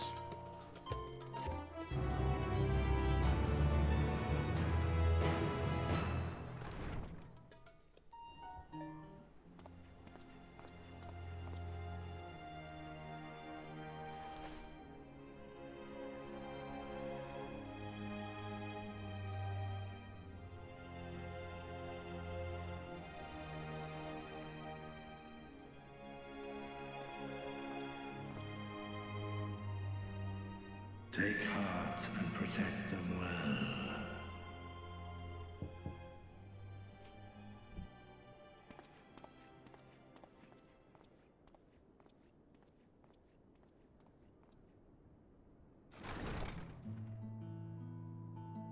Good, you're here. You haven't eaten yet, have you?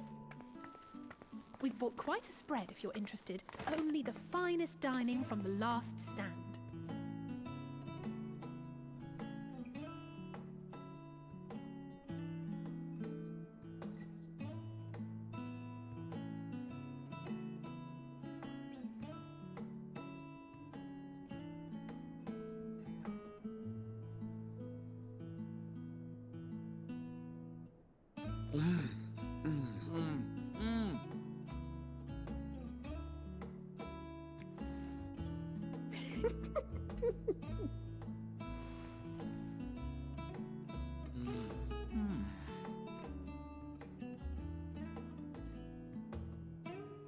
Lest you wonder, we invited Estinian as well. But he refused with a rather grim-faced, "No, thank you." I suspect Charlian cuisine is not to his liking. Oh, I don't know about that. Perhaps our lone wolf just needed some time apart. What? To perfect his brooding stare? Next time, I'll drag him out by the ear, sit him down in front of a Charlian feast, and see that he eats every last bite. An excellent idea. Of all people, warriors must take proper meals and rest if they are to maintain a healthy constitution. Poor Estinian, beset on all sides.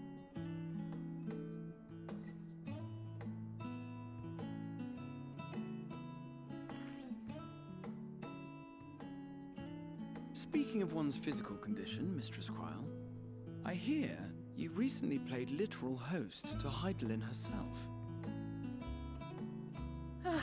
And what an experience that was. Tiring, yes, but no lasting harm done. If anything, I should have liked to speak with her longer.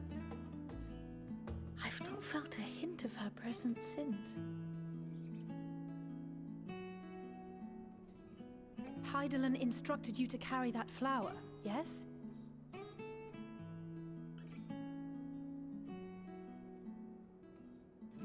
'Twill be your guide, test and proof of your conviction. And then something about seeking joy in darkness, was it? Come to think of it, isn't that what happened with Nidana back in Radzat Han? The flower did seem to radiate a joyful glow, as if reflecting the elation we all felt. The relief of a people with renewed hope. Indeed. And in turn, I felt buoyed by that radiance. 'Twas akin to spotting a beacon, and knowing we were on the right path. I know we've not yet triumphed over the Telophoroi, or learned the full breadth of the Forum's plans. But even within the midst of our struggles, we find small moments of joy to sustain us. Rare and hard-won perhaps, but it is this pursuit of happiness that gives us the strength to carry on day after day.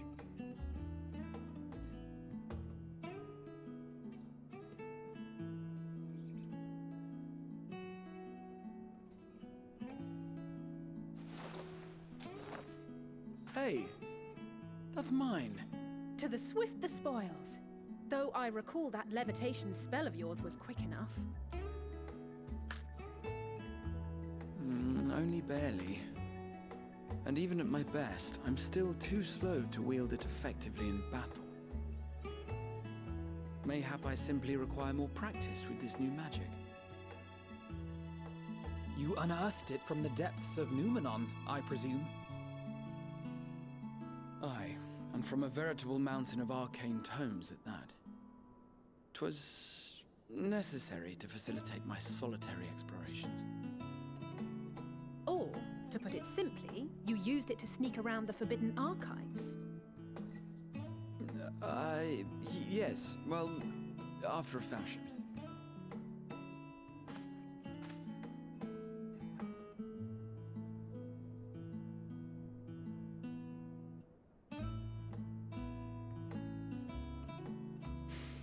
They're tall, you see. The shelves, they're too tall for me. And I could hardly move the library's platforms without attracting attention now, could I? Oh!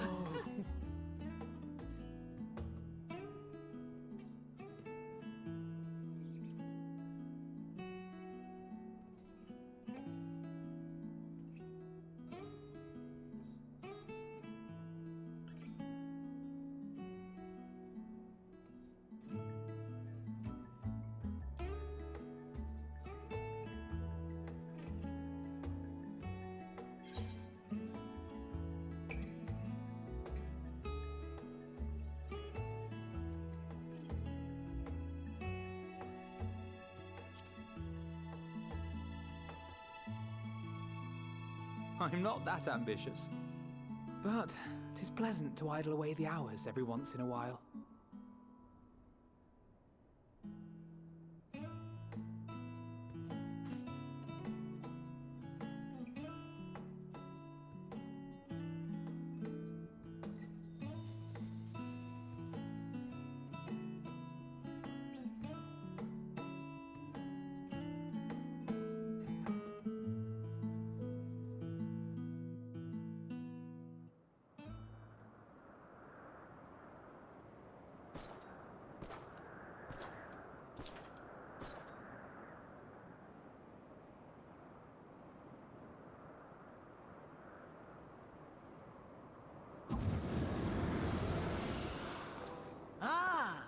Enjoying the bracing cold, I see. Do you not own a warm coat or a cloak? Something in fur? Or fashioned from the skins of your enemies? Or... well, never mind that. I come to you once more as the bearer of bad news. Our tower in Thavnir has been toppled. And I need not tell you by whom.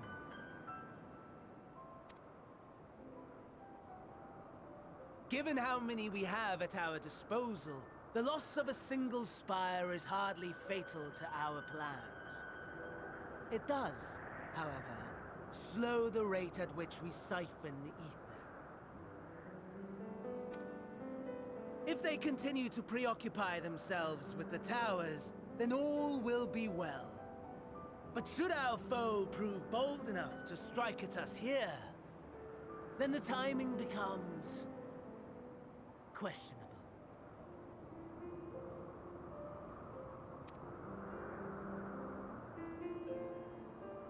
Our foe is bold enough. Of that, I can assure you.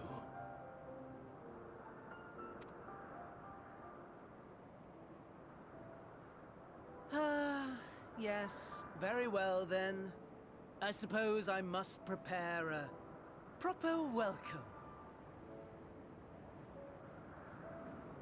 Honestly, talk of your nemesis is the only thing you seem to enjoy. Does nothing else spark your interest? No. All else is equal. Equally tedious. Equally disappointing. The world is a tepid bog into which we sink, too weak to thrash as the mud clings to our eyes and fills our throats till we blissfully choke. But then came the light, blinding and pure and hot, so very hot, enough to set my soul aflame. I basked in the afterglow until the void yawned once more, and then I knew the muck would never claim me again. There was naught for me ahead, so I drew the curtain on all that had come before.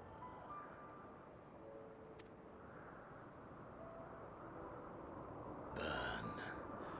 Burn. Let the whole star burn. I will have my contest. I will reclaim my moment.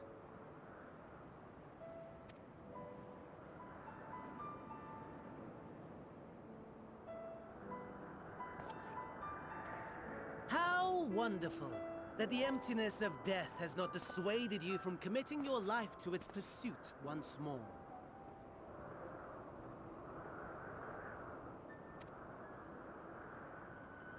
I don't know whether to envy you or pity you.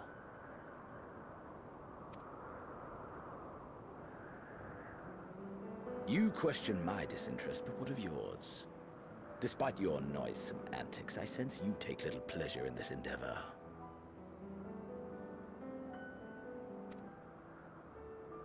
Mercy, my lord. Such pointed barbs from one who barely acknowledges my existence. Nevertheless, you are mistaken. For I do find this part somewhat enjoyable. You see, when I was mortal, I would always have the same dream. It was a fragmented thing, disjointed, all the faces incomplete. The setting, too, was unknown to me, so I thought it simply a fantasy of my sleeping mind. Until one day, I realized it was showing me the truth. Much as your dream of the final days enlightened you.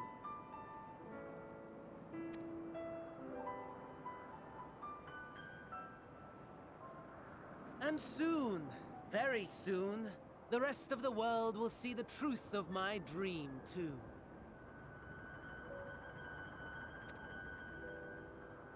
Yes, I think that is something we can both enjoy.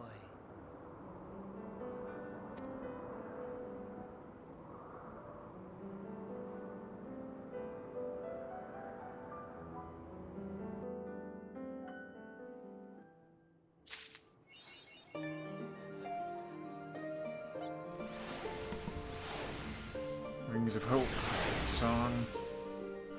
I love those moments they do it with the scions and stuff. That was great. That's where the game really excels at. Oh, there she is. Hope you don't mind us barging in your room for our late night feast. For what it's worth, it'd be a world of good to put our troubles to one side, if only for a moment. That feast did look good.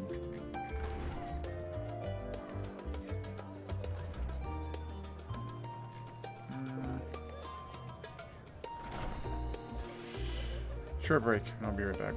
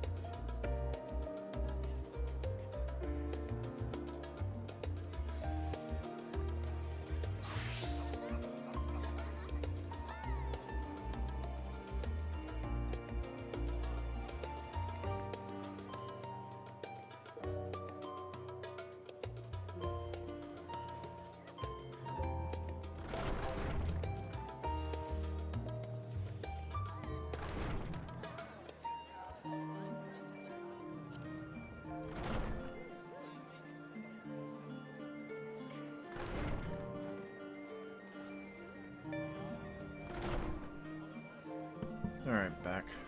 This should be, I'm guessing, level 82 quests. Seems like, yep. Computer, oh. Cryon Gratia, we're having a pleasant conversation until you barged in. Oh, there you are, feeling refreshed, I hope. About to make my way up to the studium as it happens. I want to try and speak with Scholark Monteshane, thank him for coming to our rescue in the Rostra. Oops. As it turns out, he'd come here to see us following the hearing, only to find that we'd already departed for Thavnir. Knowing him, he was probably hoping to chew the cud with his former students. Since we're still waiting for Y'shtola and the others, I thought now the perfect time to pay him a visit. Care to join me? Sure. That's settled. Twins will be coming too, assuming Alpha Note can tear himself away from his new toys. I'll let you rally the troops while I go on ahead to Phenomenon. Considering my recent impropriety, perhaps I should avoid showing my face around the studium for a time. It might be for the best. If the others should return, tell them we will not be long.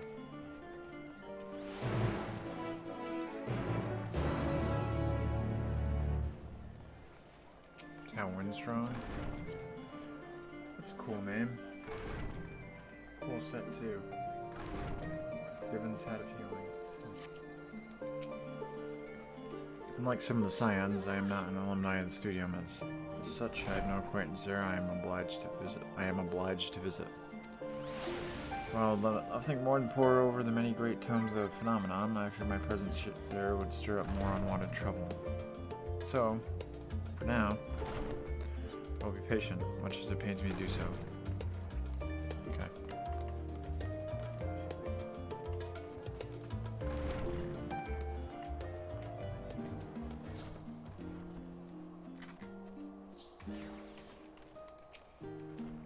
Father can master these fiendish contraptions, and so can I.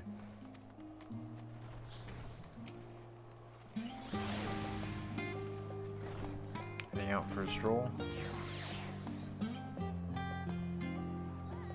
The Scholark himself is here. In that case, what are we waiting for?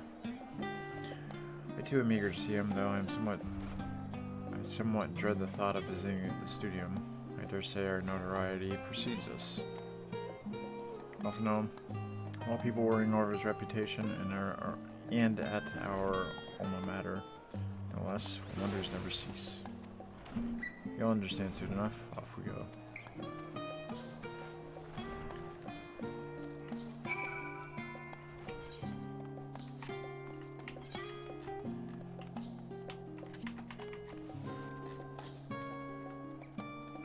Could have used the Etherology, but whatever.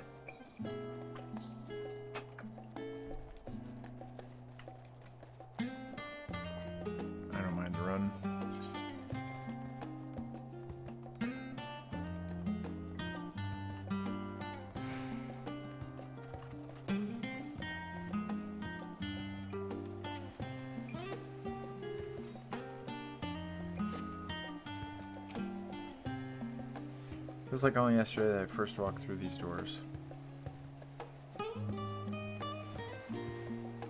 Where's Alice at? Where she is?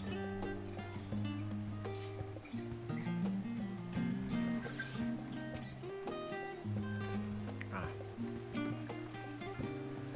See that sculpted picture above the entrance? It's the mark of Thaliak, the scholar, bearer of the waters of knowledge. No exaggeration to say that Charlian itself is one enormous shrine to him, and that's especially noticeable here in the studium. Bearer of the waters of knowledge. Ethereal Sea.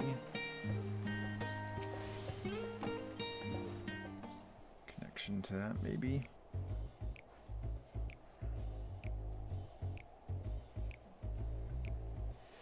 Here it is, Phenomenon. Well, I expect you made note of it before. One can hardly miss it. It's the first time you've been here on official business, correct? Well, most of the space taken up by the expansive auditoriums, it also houses numerous laboratories, testing grounds for experimental magics. a host of administrative offices, and so forth. As the center of what would later become the studium, it was established to promote the study of etherological phenomena, hence the name. Though with ether being a fundamental aspect of nature, its scope expanded to include every conceivable facet of life and even the universe itself. And then, in the 432nd year of the Sixth Astral Era, phenomenon was decreed complete and the studium officially opened as a place of learning. The long storied history is without question the world's leading authority in etherology, arcane, the occult, astromancy, countless other fields standing proud as Charlemagn's foremost educational institute.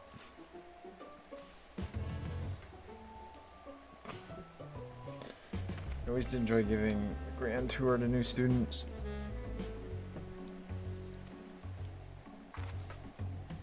Indeed, I've long since lost track of how many times he has recited that same foppish speech, such as in dying love for his old stamping ground. He was in top form back then, youngest to enter the studium, graduated highest honors in magical arts and Etherology, disputed champion of the debating chamber. Hold on, you both joined the studium the same age, yes? From where I stand, you're equally prodigious scholars. Prodigious scholars? Nice of you to say, but Alphino actually entered half a year before me. Nor did I do well enough to graduate with honors, I am certainly not the studium's most notorious master debater. In all respects have I ever been in his shadow. If nothing else, just remember that this was where the legend of Alphino Lavalier began. We should expect everyone to be fully aware of our recent escapades. Hopefully we'll be somewhat more welcome here than we were at the last stand. I know better than anyone the adoration the student body has for Alphino. With a bit of luck, it might work to our advantage.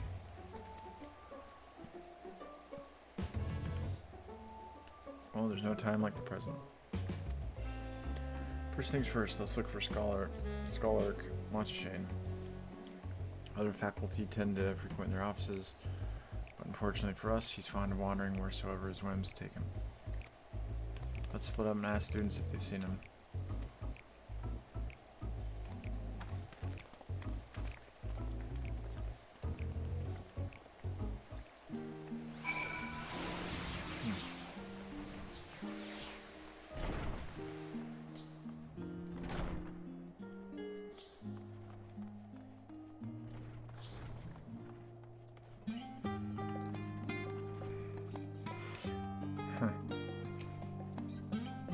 I'll tell you all about it after my business with Scholark is concluded. Scholark? Tell me, my good fellow. Does this have something to do with saving the world from catastrophe? We turn our attention to Master Lavalier's graduation thesis. I too have my doubts regarding our policy of non-intervention. Is it true that your experience overseas or the reason you incurred the ire of the forum? Oh, what I wouldn't get to see you butt heads with those old codgers.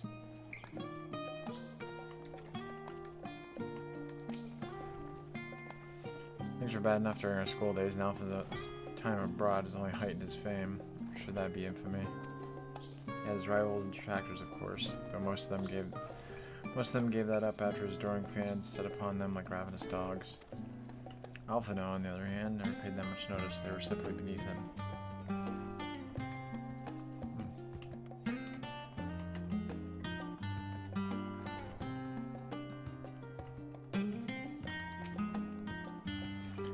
That was Alphino Lavalier, wasn't it? The Alphino Lavalier? Lavalier. God, I'm terrible with these names. He's with his sister and Master Baldezian's granddaughter. This can only mean one thing: an event of epoch-shattering proportions is fast approaching. Spread the word.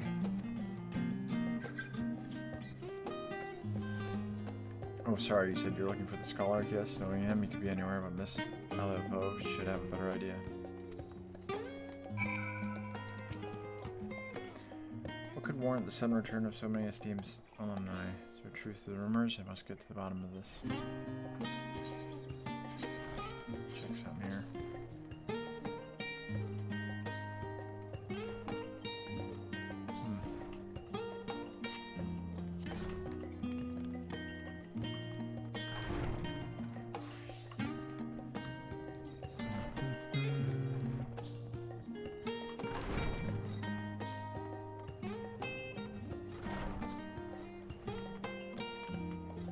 she the sister or mom of the girls?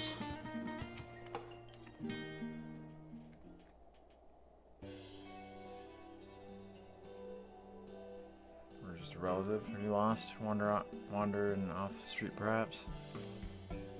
Wait, don't tell me. You're a trainee gleaner fresh off the guild ship. I'm right, aren't I?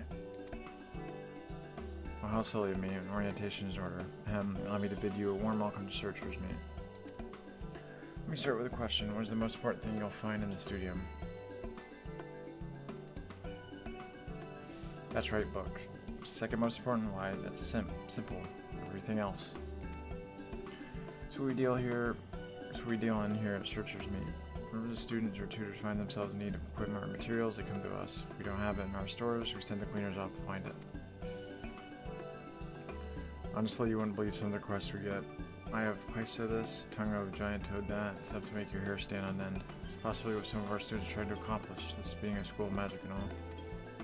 If you're newest gleaner, you'll have your work cut out for you, but I think you'll find it quite rewarding. The other thing I'm interested in gleaning is information on the scholar's whereabouts. Track down many miscellaneous knickknacks of my time, but I'm no gleaner.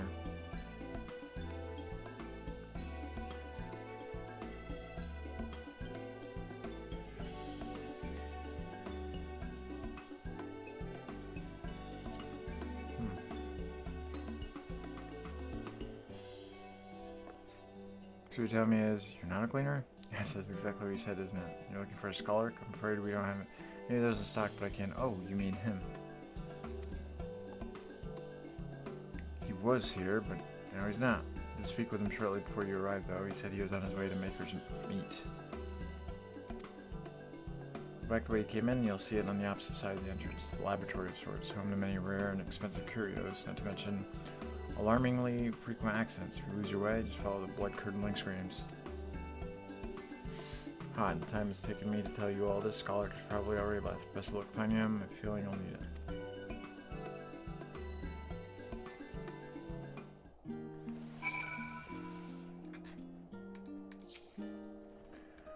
Finding a worthy gleaner is proving tougher than I thought. Maybe I'm not suited to this line of work. How am I supposed to approach any gleaner's help when the subject of our research remains undecided? Honestly, that man.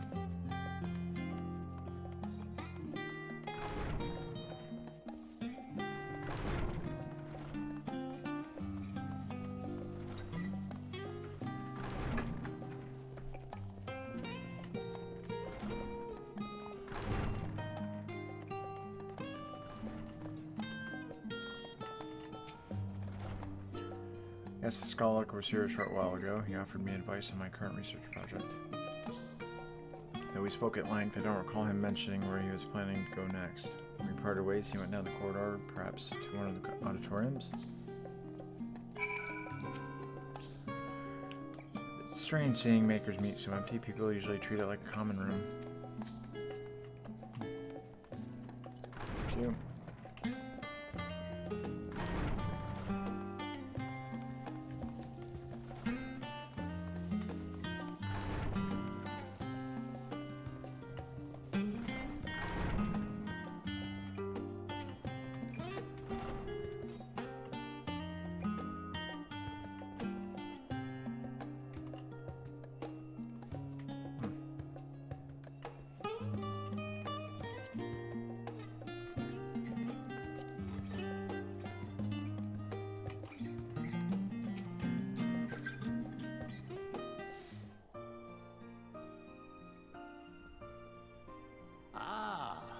Remember you?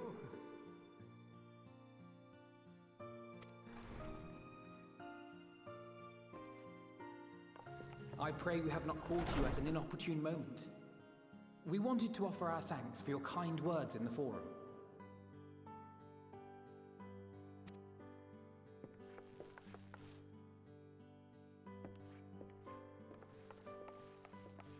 Well, I could hardly let that Inquisition go unchallenged.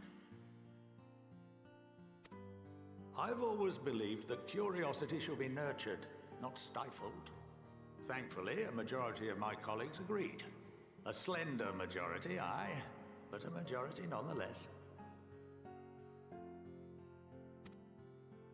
Had the vote not gone our way, we would be having a very different conversation, if any at all. Though I'd like to think you would have not given up on our cause. I'm told you paid a visit to the Annex afterwards. Yes, that's right. I was hoping to speak with the grandchildren of my dearly departed friends Galuf and Louisoix in a less dour setting. But it seems I just missed you.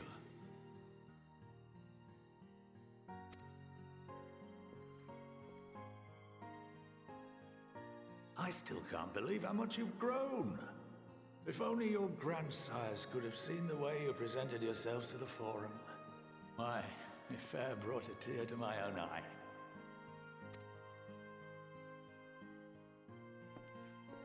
You must have the patience of a saint, putting up with this lot and their antics. Never mind Matoya's prize student. Luckily, I know a thing or two about managing unruly younglings. If you ever need advice, don't hesitate to ask.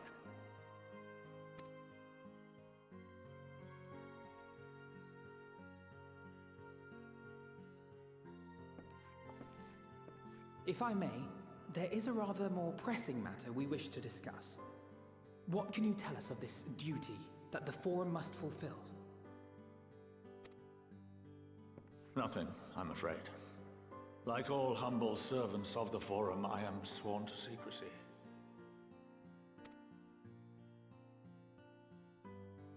Or rather, I couldn't tell you if I tried. Our duty is of the gravest importance. Furthermore, if the particulars were made public, it would incite widespread panic. As such, those entrusted with this duty have been bound by an enchantment, which prevents us from speaking of such matters without the express permission of the Forum. How is that even possible?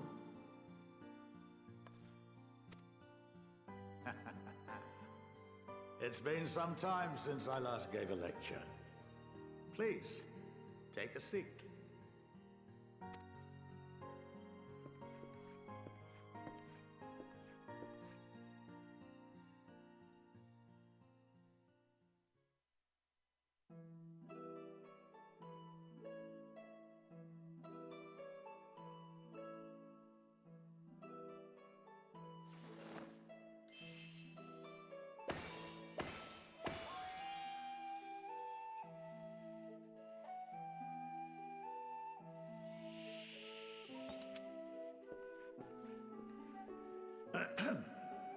We shall begin by reviewing the fundamentals of Etherology.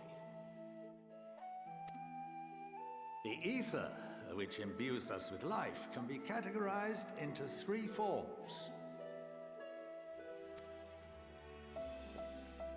Two are of the incorporeal sort, the soul and the memory. Can anyone tell me the third?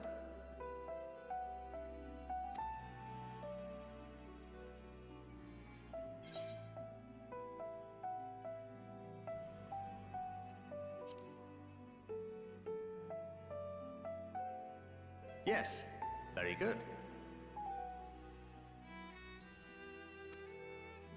This is the form with which the layman is most familiar. Consumed by even the simplest of daily activities, and replenished by the food and drink that sustain us, this form of ether is in constant flux.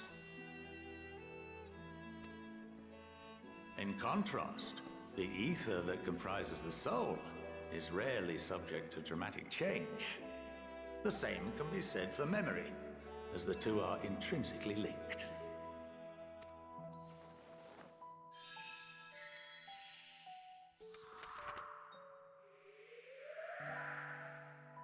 Picture the soul as paper, and memories as words written upon it.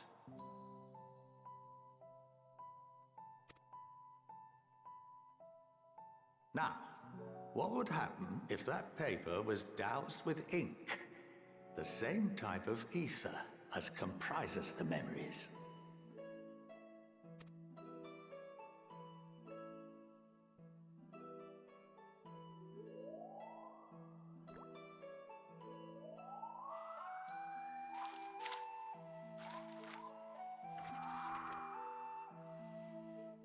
it would blot out everything that was written. Precisely. We would be unable to recall the memories, and any activities that depend upon them would be hindered as well. In fact, this exact phenomenon was observed on a vast scale not so long ago.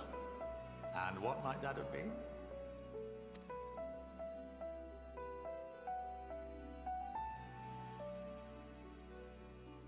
The 7th Umbral Calamity. The people of Eorzea vividly recall Bahamut breaking free of the Lesser Moon and raining hellfire down upon the realm. But no one could seem to remember the events that followed immediately afterwards. Indeed. To this day, we have yet to determine whether it was an unintended consequence or a deliberate act.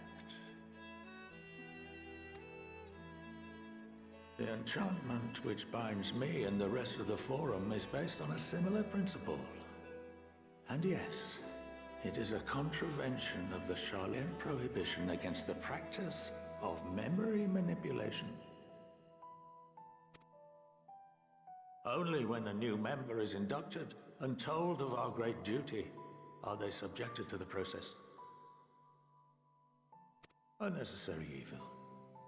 You have my word that it would never be used to manipulate the populace? I should hope not. But can this enchantment be dispelled and your memories restored? If 9/10 of our members give their approval, then the process may be reversed. Then, and only then, would we be able to speak freely to others of our sacred duty. Barring that, we must wait until we return to the Ethereal Sea.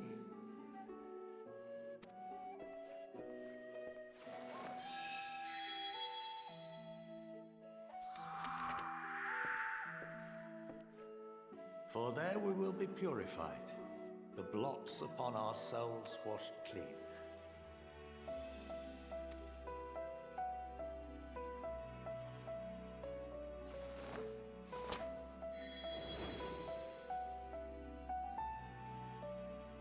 And our memories drift apart and dissolve, rather defeating the purpose, I suppose.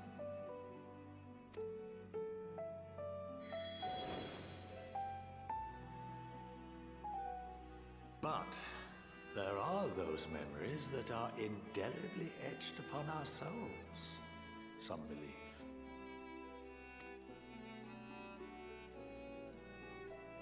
What happens after that?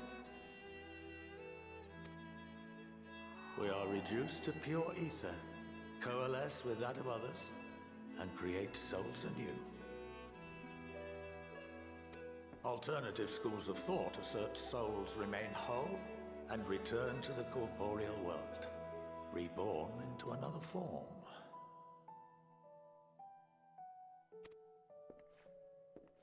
Both theories have their proponents. Personally, I consider each equally probable.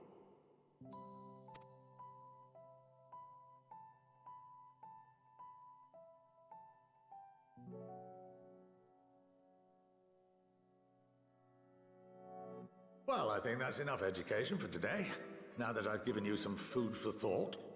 Or rather, an entire banquet.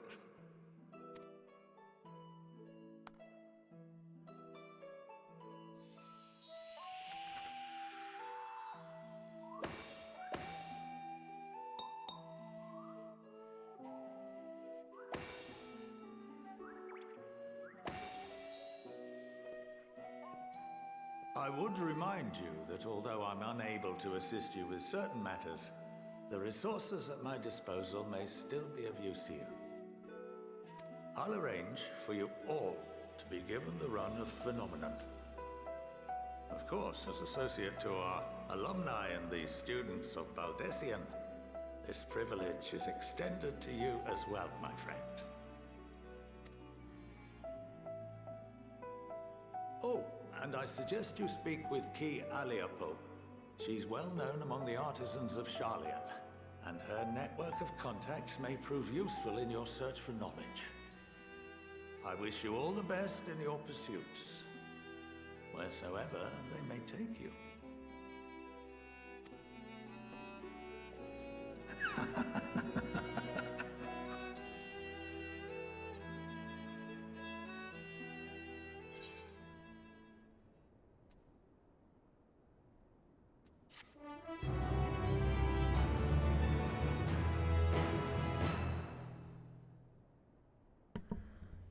You have been granted the run of Phenomenon. If you were game, Key Aliapo would put your artisanry you could use.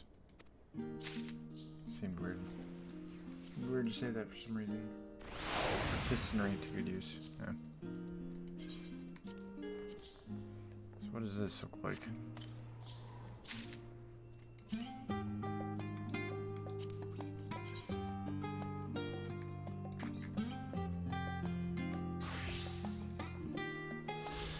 Not bad.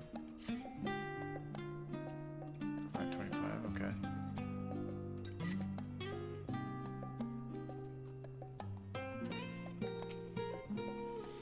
Some of my earliest memories are of Scarlet Monster. Actually, he was a close friend of our grandfather. Comfort tea and amaze us with his tricks, much like his demonstration with paper. Ink, he's a huge part of why I wanted it under the studio in the first place. While Scarlet Monster is best known for his role as head of the studio, he's said to be one of the finest mages Charlie has ever produced. Excuse me. Having seen for myself the ease with which he weaves extraordinarily complex, powerful magics, I have no reason to doubt the claim. Cryo is still digesting a rather hefty portion of food for thought. Well, that's given me much to mull over. I feel as though we're one step closer to understanding the form's true motives, mysteries of life itself for good measure. It's funny, I came here with the intent of expressing my gratitude, only to be more indebted than before. I have a feeling his friendship and support will be a great boon to us in days to come. And on that note, let's head back to the annex. Perhaps in the way you can better acquaint yourself with Key Aliapo, as Scholar suggested, while I share our findings with Raha.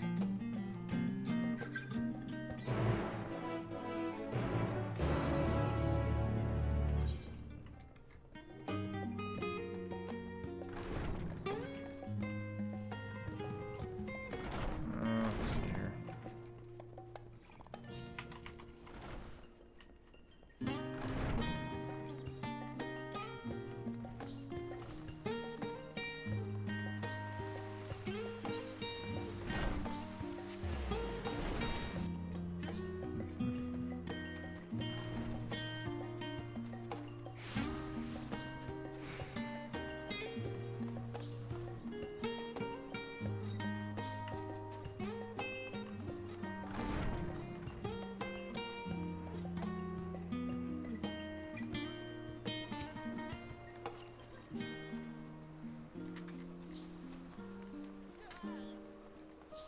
That's cool here.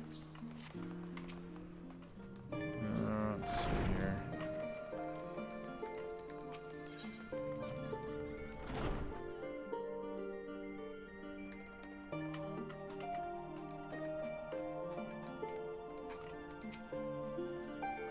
Senior returned not long after we departed for the studio. A shame that you missed the chance to attend our lecture with the scholar, or perhaps not.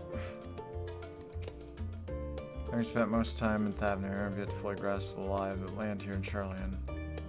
Even finding my way to the annex proved a challenge.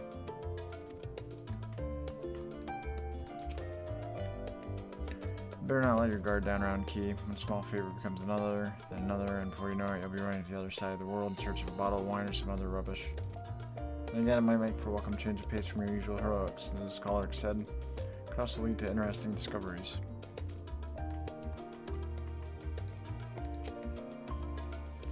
Seems I've done an adequate job relaying Scholar Montechain's lecture to Raha. Given his experiences in Field Souls and Memories, he had no trouble understanding it.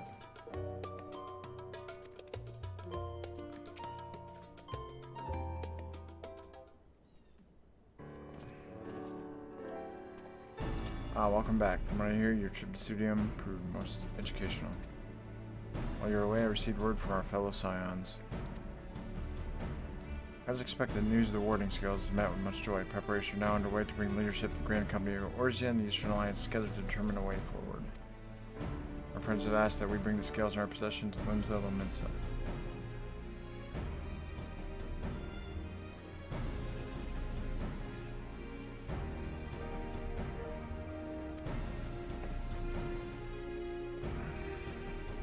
The time has come for us to go on the offensive. It's really safe for certain, but that does seem to be the way the winds are blowing. I, for one, can think of no reason to oppose such a plan, but let us see what awaits us in Vilbrand.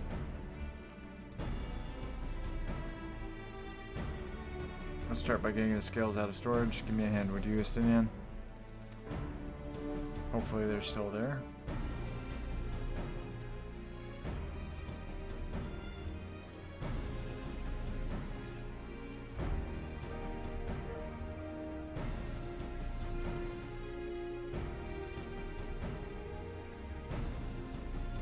Phew, I didn't realize these crates were so heavy.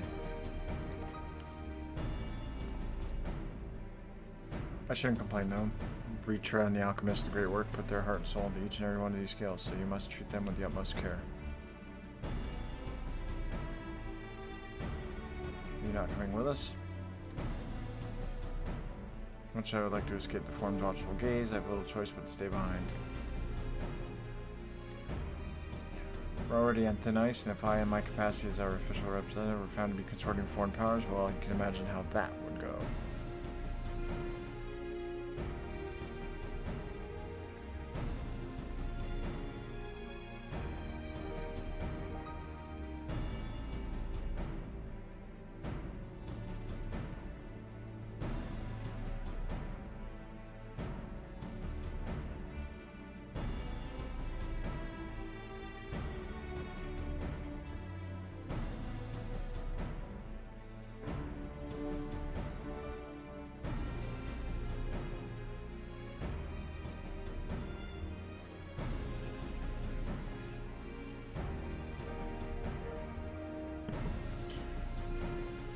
Check out that. I shall remain here and do my utmost to avoid ruffling any more feathers as I wait word from Master Matoya and our other allies.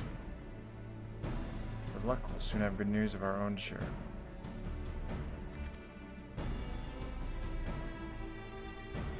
Tide's about to turn, I can feel it. To Limsa Lominsa.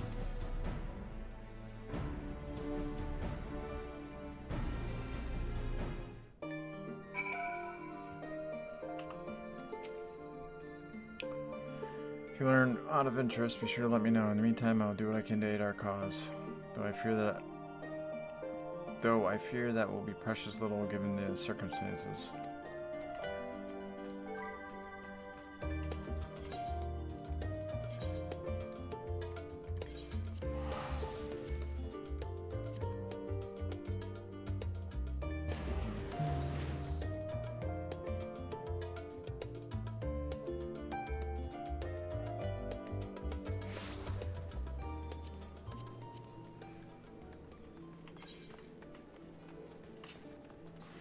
Ah, okay, so that's where for Sage.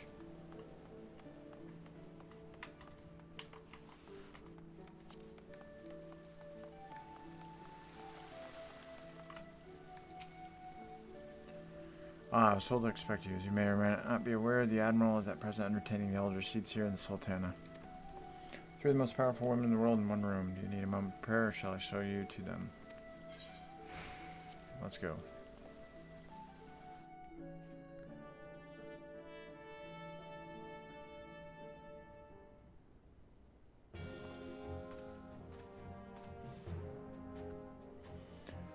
I was hoping this would be voice acted. My apologies for calling you away from Charlene at such short notice. At such short notice. On the contrary, we are honored and grateful and pleasantly surprised to be joined by such esteemed company. It was only right that this discussion be conducted in person. We are locked in a war of attrition. Our forces struggle to contain the threat posed by the towers, and it's only a matter of time before we are overwhelmed. Victory will only be claimed through decisive action, and we have taken the initiative to set the wheels in motion. It is reassuring to learn we are all in accord. Might I ask what your plan entails?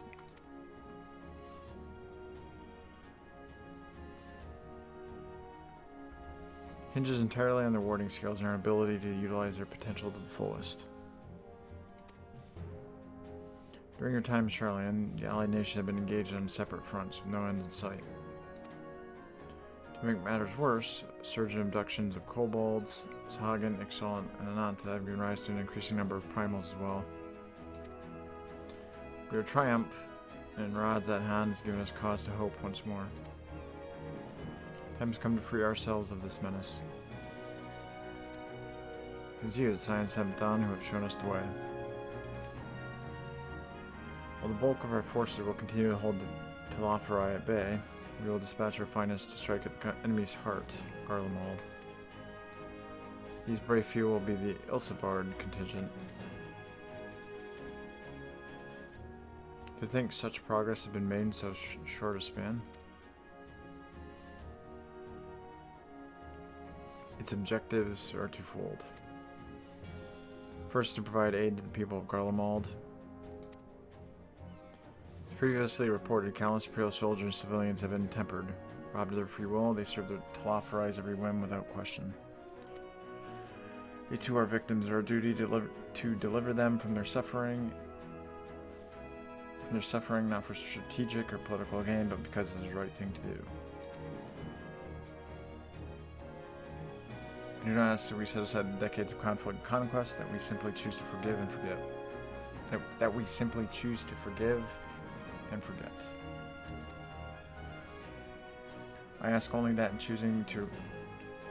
ask that in choosing to remember we do not also forsake our compassion and morality, for without that, then there will be no reconciliation, only death without end. Aye, on that we can all agree. Our second objective is the colossal tower that Thancred and Urianger observed in the capital. Though its purpose remains unclear, there's reason to believe the smaller spire is merely a precursor of what's yet to come. Until the Tower of Zot was toppled, we'd failed to make any headway, though the same could be said of the Telafari. There's certainly no rush to press further into our lands. I'd wager the Spire's primary purpose is to divide and keep us occupied while they work towards our annihilation. This would appear to be substantiated by Ystola's analysis of the Tower's influence on ethereal currents. Based on our observations inside the Tower of Zot, the Spires siphon ether from the land, consuming it to maintain their form. However, they draw forth far more than is required for this task alone. The excess of ether remains unaccounted for, but we can be sure it is not being harnessed for our benefit. Wouldn't surprise me in the least if it was being redirected to the larger spire in the capital. There's a logic in that, regardless once we have uncovered the truth. We'll bring their schemes crashing down along with their infernal towers. It's all well and good. But what would you have us do? I assume it's more than handing over the scales and being on our way. We want you and your scales to join the Ilsebard contingent. Consider an official request from both the Grand Company Eorzea and the Eastern Alliance. Do you accept? Sure. Perhaps you should be the one to answer that.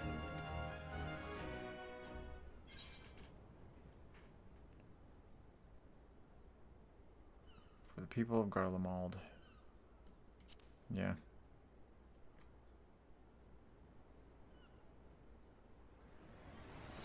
Couldn't have put it better myself. Stola, Thancred, and Urianger have already pledged their support and are on their way to meet the rest of the contingent. They're positive you come to the same decision as they did. Luckily for all involved, their prediction was correct. Once you have delivered the warding skills to Alamigo, the contingent will embark on its journey to Ilsebard. Ravan, Lord, and Merrick are overseeing preparations, so I suggest you make yourselves known upon arrival. Pack warm clothing, furs, and the like. Without it, the cold will do you, and it will do you in before the Tlop rise so much to draw steel. As for us, we'll keep the enemy busy while you're gone. They're not the only ones who can create a diversion. I'll go. Safe from the knowledge that yours will be as you left it, or better, upon your return.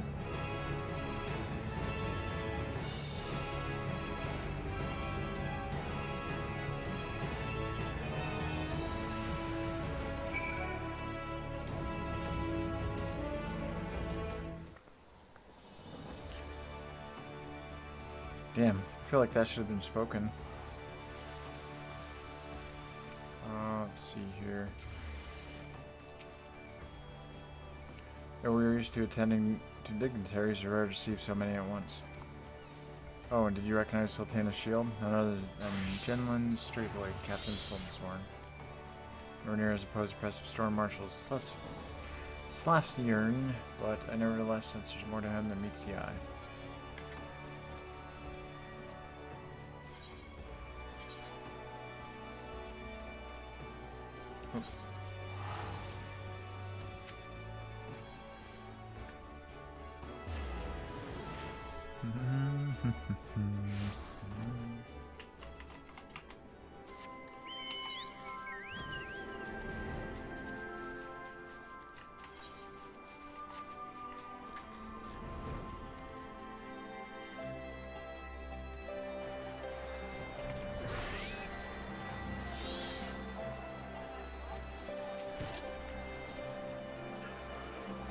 If Imeric asks after me, say I'm getting on fine, leave it at that. Don't you dare breathe a word about the cord. I'll admit it's all rather daunting, though not quite in the way I was expecting. Whoop.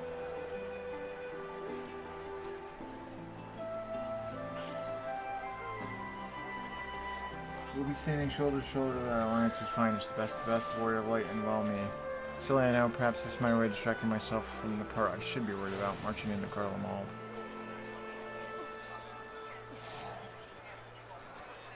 You know, I'm quite looking forward to seeing who's been selected for the Ilsebard contingent. I have a few people in mind, here to make a friendly wager.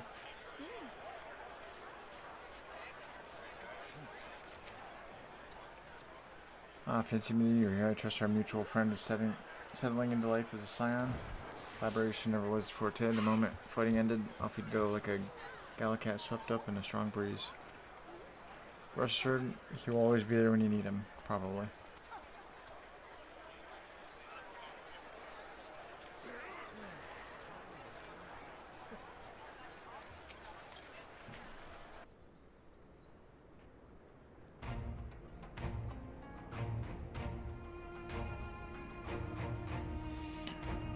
Ah, the Wanderers return. You've been busy bringing down a tower and producing the keys to destroying the rest of them. Should be proud. Those warding shields of yours are what's made this whole venture possible. Will you and Lord Imeric be leading the contingent? Regrettably, no. Our role is to organize various delegations to a cohesive unit. Once we have seen you all off, it's back to our respective posts. We dare not neglect our duties for too long lest our defensive efforts fall into disarray. Just between us, there's a fair amount of opposition to the formation of the Ilsebard contingent. The very suggestion that we send out some of our finest troops. Find enemy lines to render aid unto the Guardians has made me rather unpopular in certain quarters. Humph. Can't please them all. Sadly not, though I do my best. Should be told I'd much rather be at your side, charging the fray. Alas, a battle of my own to fight, or words may serve me better than any blade. I hate to say it, but Lord Imeric struggles mirror my own. Time being, the best way we can offer you is the peace of mind from knowing Eorzea is in safe hands. As we fight the good fight in Ilsebard, I and the other commanders will do what we can to convince the naysayers that our cause is just. Thank you, both of you. Oops. We meet again. Hey. Oops. Much has occurred since we parted ways in Werlet. From what I gather, the protected talismans you obtained led to the formation of this expeditionary force. My contribution on this occasion is but a minor one. That being the information I've shared with Maxima. For the sake of the people of Garlemald, may the fates be on your side. So you're not coming with us. Strange, I thought you'd have a stake in this. I do. Slaughter I have laid waste to my homeland and slayed my people. Though every mode of my being cries for vengeance, I cannot be the one to deliver it. My presence alone would place the entire mission in jeopardy. I stand accused of murdering Emperor Varus and plunging Garlemald into chaos. Were I to travel with the Elsebard contingent, it would give my countrymen ample cause to question our motives. Conversely, those who believe me innocent may instead celebrate the return of former legatus, attempt to raise me to a position of leadership, further destabilizing the region and complicating the contingent's mission. Whether I'm branded villain or hailed as a hero, I would only hinder your efforts. We will deliver your people from harm in your stead. I doubt they'll be pleased to see the champion Ray or Zia set foot on Garlean soil. I understand, Roulette is in your hands. We will deliver your people from harm in your stead.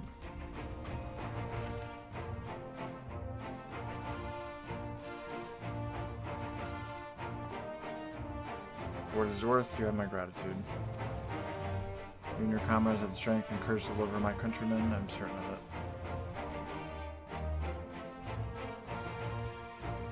In light of Gaius' rather unique circumstances, I instead will assume the role of your guide. If I may have defected for political reasons, my love for Garlemald endures. I would stop at nothing to protect her and her people. All said, might I ask you to escort our friends inside?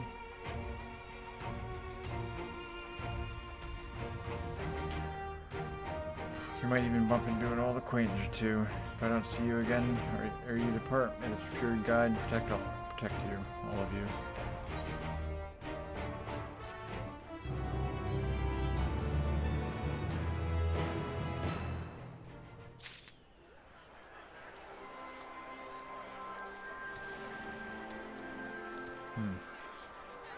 I was gonna say, why was completed quest up even though it completed? What does this look like?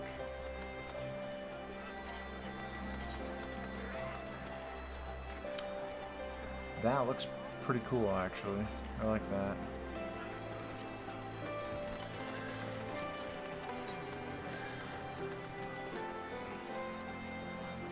Like that blue, though.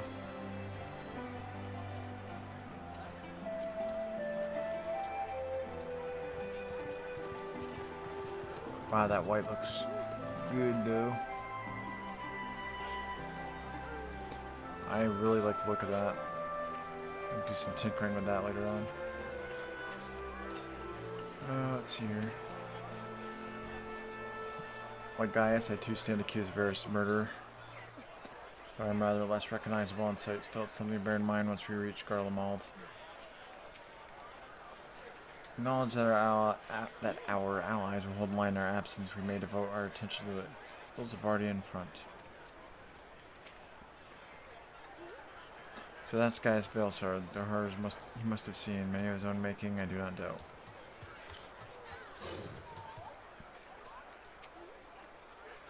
I suppose it's easy for some people to forget there are civilians in Garlemald too. And the only Imperials they've ever known are soldiers. Yeah.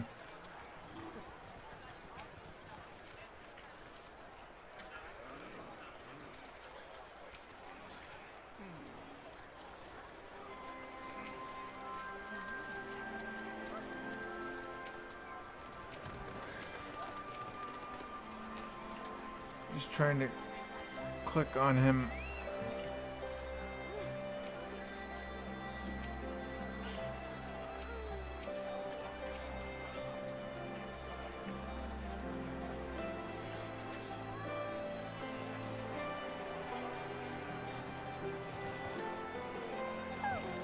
There we go. As we've seen the contingent on its way, I will return to my duties here in Alamigo. Many of our most capable will be traveling with you to Garlemald. We who remain will have to fight that much harder to make up the difference. Let no man say I do not welcome this challenge. This old bull isn't ready to hang up his horns yet.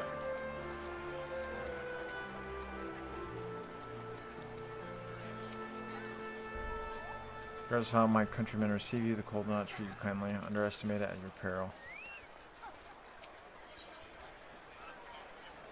Next mode, new traveling companions. The other members of the Ulsabard contingent are gathered in the royal palace. I shall inform them of your arrival, so please make your way inside as soon as you are ready.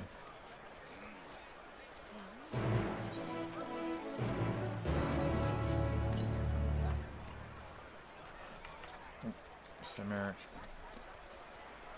I neglected to mention earlier that we received a report from our troops that may be of interest to you. While engaged with a lunar primal, a great worm swooped down from the skies above and came to their aid. This worm, as described, as a spitting image of Tiamat. It would seem she too continues to wage war against the Telafari. Nice. Okay.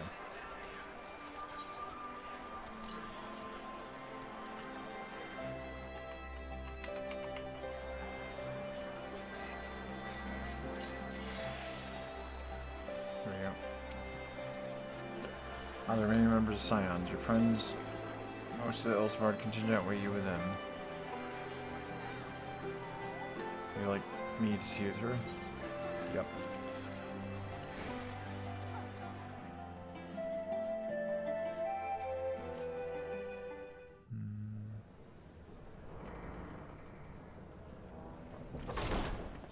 By the 12.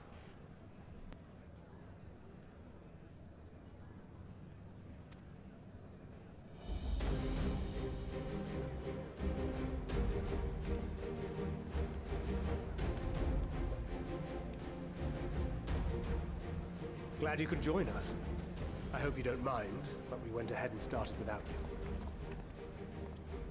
As you can imagine, our traveling companions were eager to become acquainted.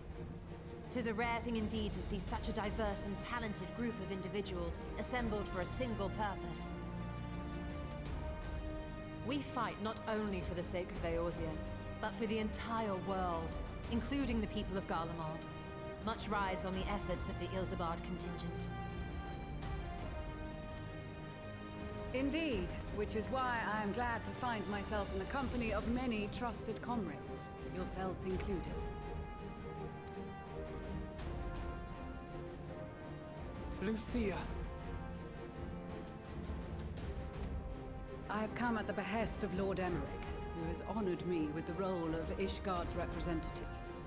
And for the good of all nations, not least my former homeland, I am determined to see this mission through to its end. We have a hard road ahead of us, but walk it we shall, together.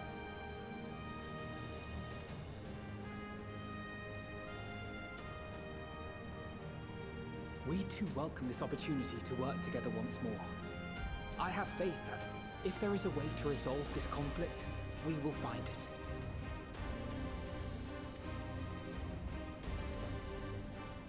Allow me to introduce you to the rest of our company. Everyone! If I may have your attention.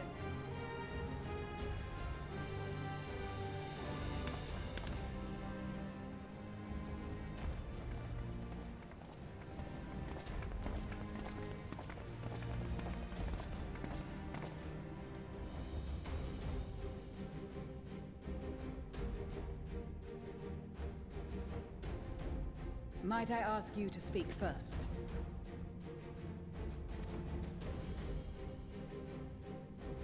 If I must. I am Arun Senna, spokesman for the Gridanian Delegation, here on behalf of my esteemed sister, the Elder Seedseer. We shall provide support and protection to those in need during our time in Garlemald. To that end, I am joined by healers selected by the Conjurers Guild, with the Order of the Twin Adder's Finest serving as our escort.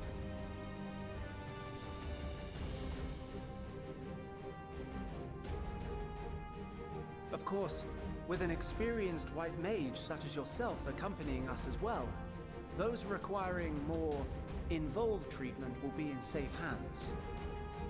Raya O sends her regards, by the way.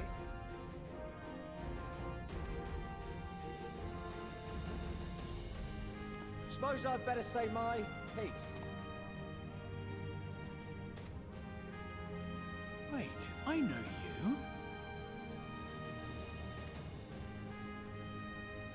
The name's Sicard, in case you've forgotten. Truth be told, I'd rather you had forgotten. Anyway, the Admiral asked Captain Hilfear to send his best, and for whatever reason, he picked me. Of course, if I'd refused, I'd be the laughing stock of the bloody executioners, and my reputation's taken enough of a keyhauling as it is. But more importantly, like any pirate worth his salt, I know when you're staring down a storm, you gotta trust in the commander of your ship. So if the Admiral wants us to go to Garlemald, not for plunder and glory, but the promise of peace in our time, then that's what we'll do.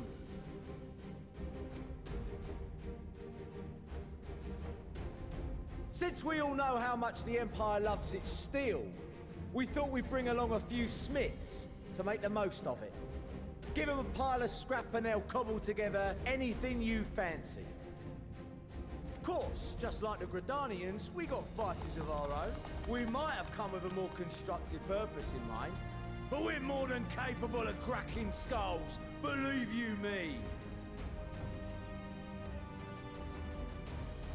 Well, you're certainly raring to go. But then again, so are we.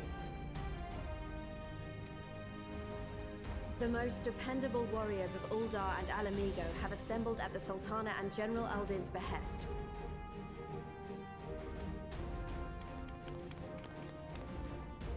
If Garlemald has truly fallen, then the whole place is likely to be crawling with Telophoroi.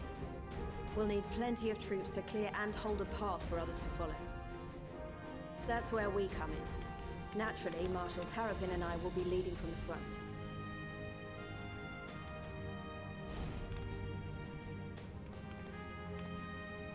It's been some time since I last saw you in your element on the battlefield. From what I've heard, you've become pretty fearsome yourself. Master Matoya, the Avatar of Destruction.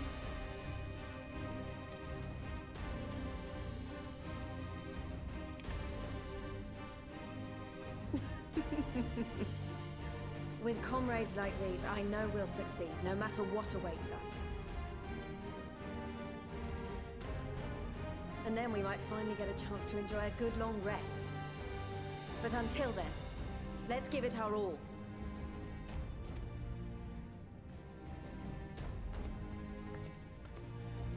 As for Ishgard, we Temple Knights have come in force to uphold our nation's commitment to the peace and welfare of our allies.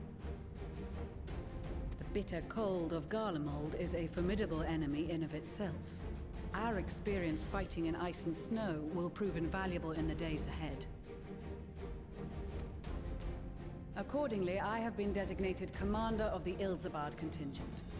I will do all in my power to provide you with the leadership and guidance you require.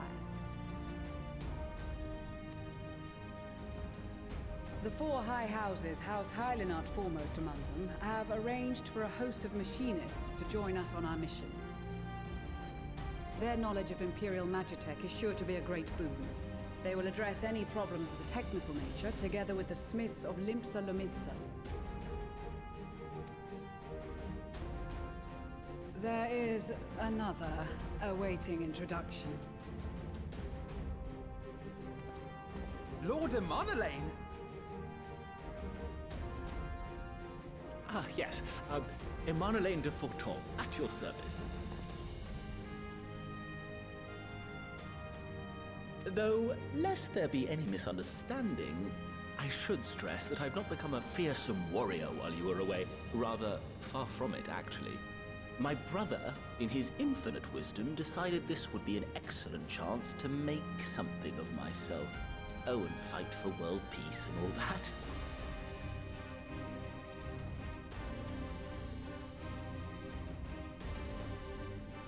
But, should the opportunity arise for a spot of ballroom dancing, I will be your twinkle-toed gentleman of light.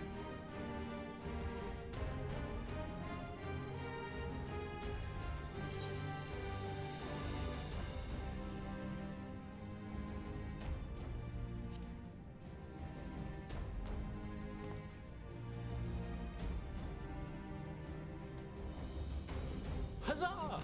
I cannot wait to regale Honoroi with my tales of daring do. I believe that concludes introductions for the Grand Company of Eorzea. Our allies from the Eastern Alliance were due to arrive some time ago, but it would appear they have been delayed. Would that be the shinobi of Doma? Actually, they've been tasked with relaying messages back and forth between the various Eastern nations. According to Lord Hien, however, an equally capable company of warriors has been sent in their stead. Out of my way, you preening fool!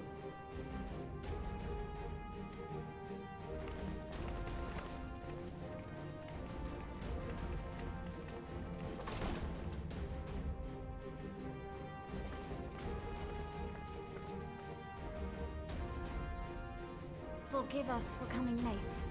We are the delegates of the Eastern Alliance. Cyrena, and you've brought company.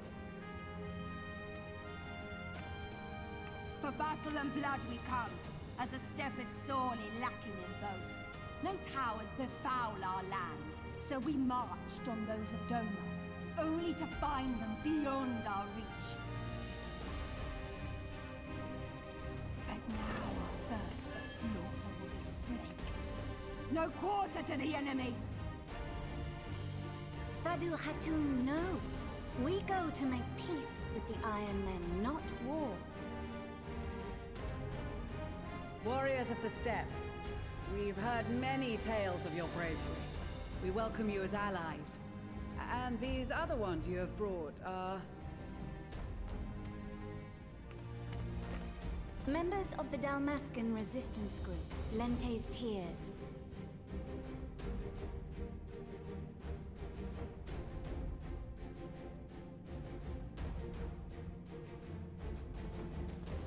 And the Bosnian resistance.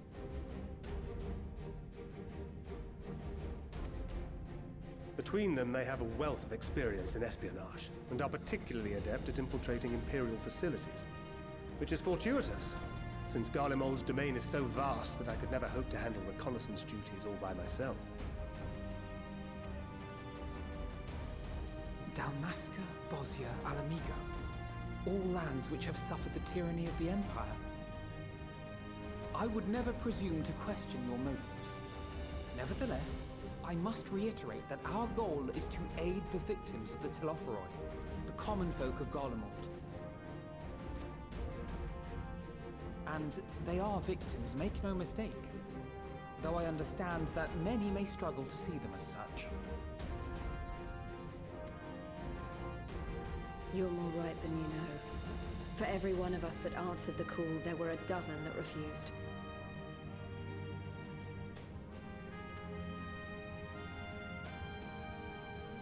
Not only in Alamigo, but everywhere we went.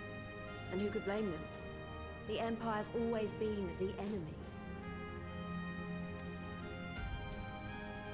But after seeing what we've seen, fighting and working against and with Garleans, there's no denying the simple truth. They're just people. No different from you or I. They've got their share of liars and murderers, but so do we. So do we all. Fordola, who once swore herself to Garlemald, has proven herself a trusted ally time and time again. Every Eorzean here knows Cid Garland, the Imperial defector who shared with us countless technological wonders. Gaius bloody Baelsar himself is working to help rebuild Werlid, a nation he once conquered.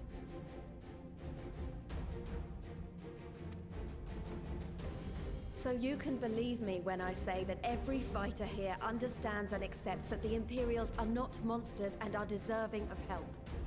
Or at least that they were able to put aside their feelings for the greater good. It won't be easy, but we're all determined to make this world a better place.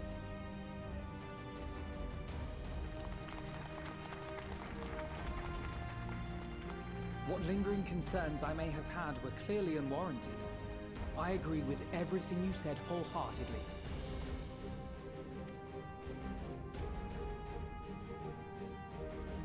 Then we are in accord. Now, let us review our strategy. To reach the Garlean capital in northern Ilsabard, we must cross the central mountain range. Fortunately, Garlond Ironworks can provide aerial transport, sparing us this most treacherous part of our journey. However, attempting to fly any closer to Garlemald would attract the attention of the Telopheroi. As they appear to have seized control of the majority of the Imperial military, we must assume that includes its fleet.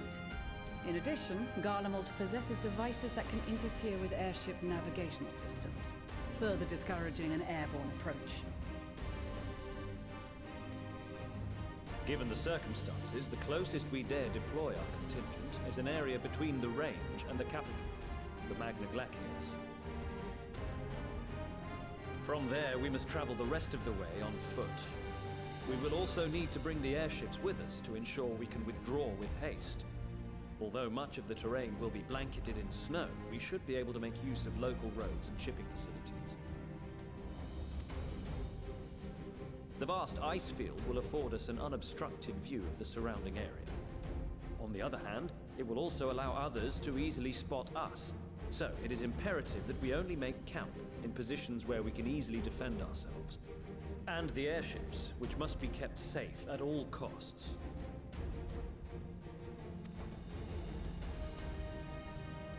We cannot account for every possibility, so we must be prepared to think on our feet. We will be tested. Sorely tested, I expect. But for our homes and for our people, and a people not our own but in need, we will succeed. Spare no effort in your preparations. Once we depart, there is no turning back.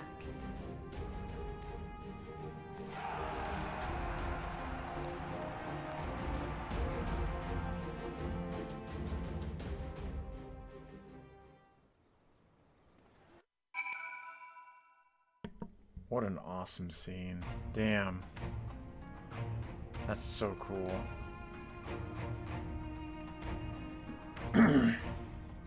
Especially all the trainers here and stuff. That's so cool.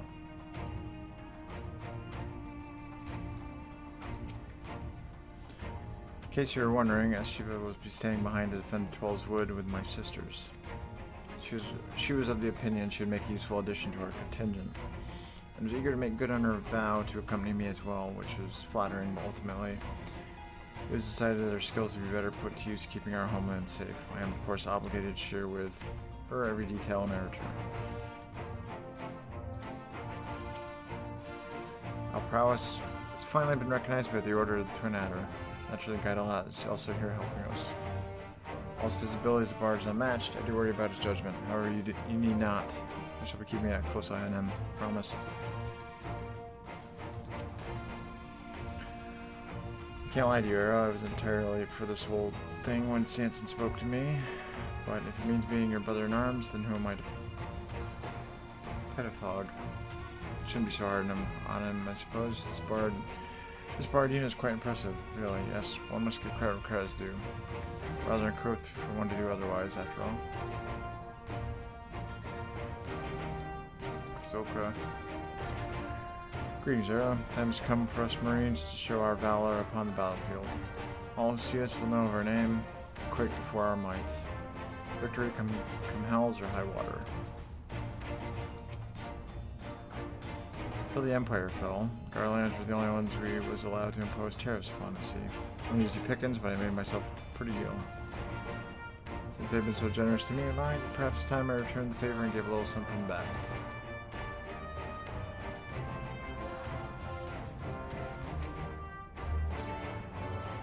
I'm here representing the Marauders Guild, and it's my job to keep the Smiths out of harm's way. Mind you, with them hammers of theirs, they can put up a fair fight themselves. But I'll let this be over and done with before you know it. You hear this all over, you defeated the Axe Master, was it? He still tells all the new recruits about the time he killed Kujara and avenged that boy's parents. Yeah, I remember it like it were yesterday. Kujara.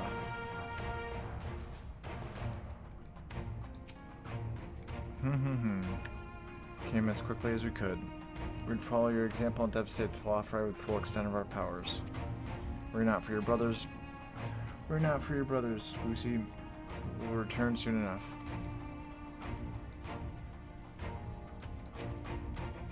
Often his father told me of the struggles faced by Alamigo in the days of the occupation, and I too have crossed swords with the Empire on many occasions. Garlemald has long been our bitter enemy. Her grace selected to bolster the Ulster contingent with members of the Immortal Flames. As representatives of the Sultanate, we are one in our commitment to the cause.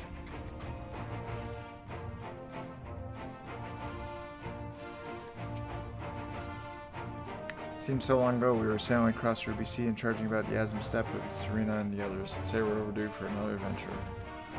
It brings back memories to see so many familiar faces. We've been through so much together, good times and not so good. I expect Garlemald will be mostly the latter, but I'd like to believe we'll look back on these days more fondly in years to come. But for that to happen, we'll have to make it out of this alive. Maybe die on me, eh? I'm so glad I found you. I forward you a letter from Master Haman. Let's read it together, shall we? Let's see here. I'm very confident that your fist shall bring Telafri to their knees. Should you espy any beautiful maidens thereabouts, perhaps sing to them my praises. Charming, Master. Well, more fool me for thinking a letter would contain something actually inspiring. Let's just, forget this don't exist and focus on the battle ahead.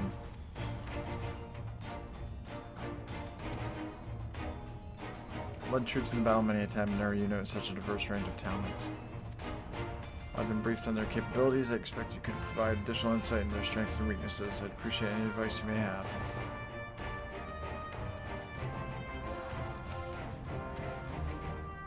I cast my lot with the Populares to bridge the divide between Garlemald and her territories, that all may be united in common cause. But we were disparaged as a radical element. Dissenters looking to stabilize the Empire from within. Many friends and even my parents perished in unfortunate accidents. I too would surely have met the same fate had I not defected. Nevertheless, I still dream of equality and peace for us all. As the world itself stands on the brink of collapse, I hold out hope that one day that dream will become reality.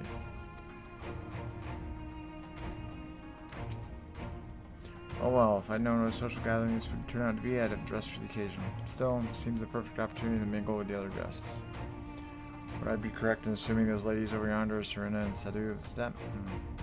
Perhaps I should introduce myself, though I don't much like the look of that fellow with the enormous axe. with the enormous axe.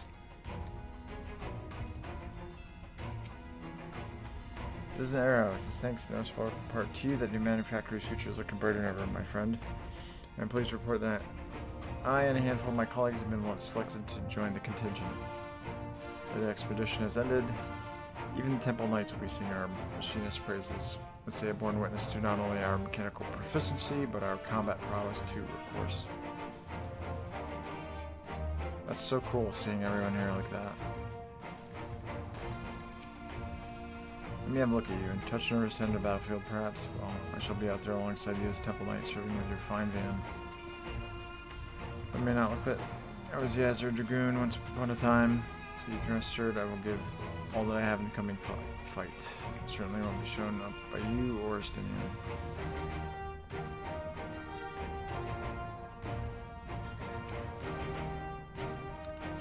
Ah, Paladin student. I hear from a certain student of my own you've been kept rather busy with it. You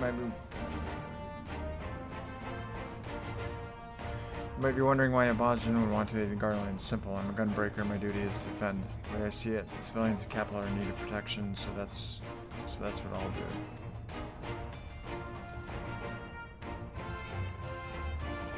Thanks, Runa. I'm glad to see you well, Arrow. Grandmother was worried for you. Tonight I agreed to come hither and join the contingent. The gods sent her a strange dream. Two suns, one burning red, the other frozen black. Closer they circled, closer and closer, and as they danced, the world fell to ruin. Blinding chaos, she spied blackened silhouettes. I knew at once that one was yours.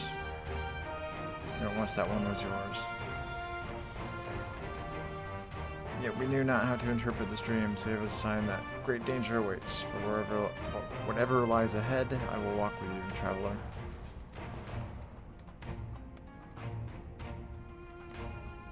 Sadu. Oops. Care not for the Iron Men or their troubles. It is destiny of the weak to die in ignominy. Ignominy. Even so, I will do as I have agreed. I volunteered to join this band at Serena's request. If she thinks it a worthy cause, that is reason enough. We hail from different tribes. Our bond has grown strong of late. She is much better company on a hunt than any of the steps oafish men could dream to be.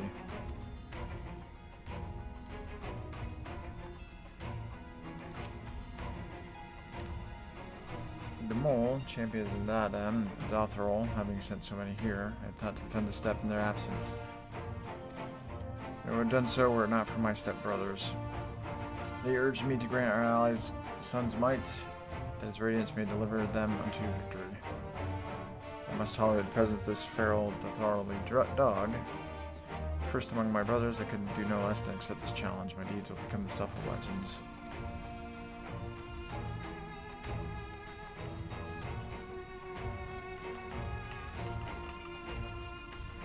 Ooh.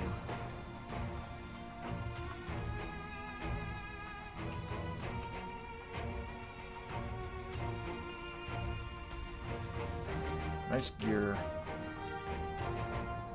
Let's see. Stand. Did not expect to see the other former Azure Dragoon here of all places. As he well knows, I'm not one for verbose greetings. We shall instead let our lances do the talking once we are on the battlefield, then we'll see if the other has been diligent in his training. I've been part of joint military operations like this before, and with far greater numbers, but for some reason this feels very different to our previous experiences.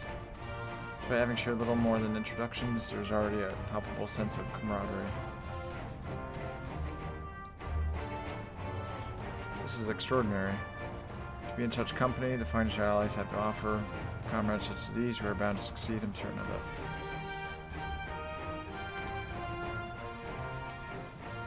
I was half expecting to find the man who taught me red magic amongst our number, but he's nowhere to be seen.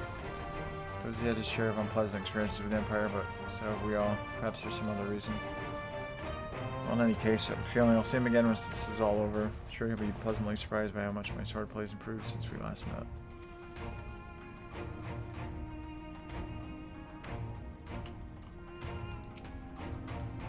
Blessed are we who have made countless steadfast allies or our journey's course. Indeed, we are joined today by many new acquaintances, who in time shall we come to call our comrades and mayhap friends. Close ties with the scouts of the Eastern Alliance, the various resistance groups, and they're an absolute joy to work with. An absolute joy to work with.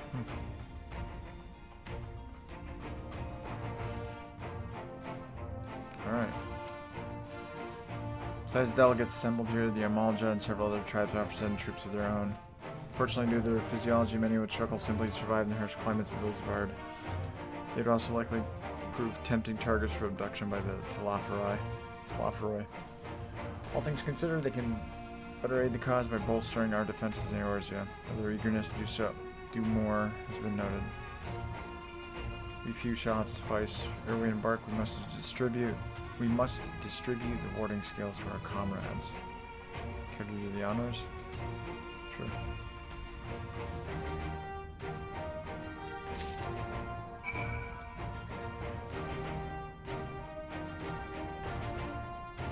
There you go. Yes. These enchanted talismans, or should that be talismen, probably require considerably less time and effort to produce. The alchemists of the great work were not so preoccupied in making them look pretty.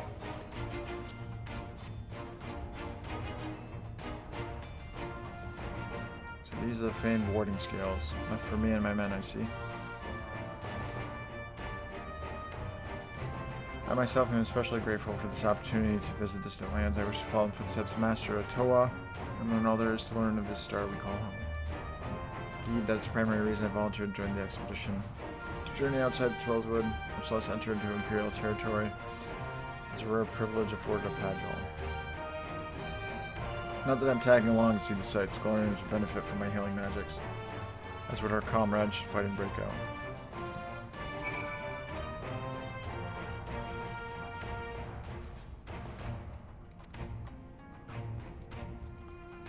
you go.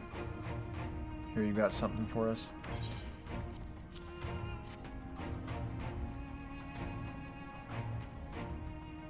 Ah, them scales everyone's been talking about. Pretty little things, ain't they? Reckon they'll be worth a guild or two when this is all over, but we'll hold on to them for now. One more thing, I know what you're all thinking. Why didn't they send Inzir instead? Buggered if I know. All the Admiral and Captain told me was... Hilfar told me was they needed someone to help safeguard the future, and here I am. Can't say they haven't got a sense of humor. Of course, some of you might be wondering what good a pirate is on dry land, in the middle of the sod and snow of all places. Well, me and my crew will do whatever needs doing, so let's set sail. Or however the saying goes on airships.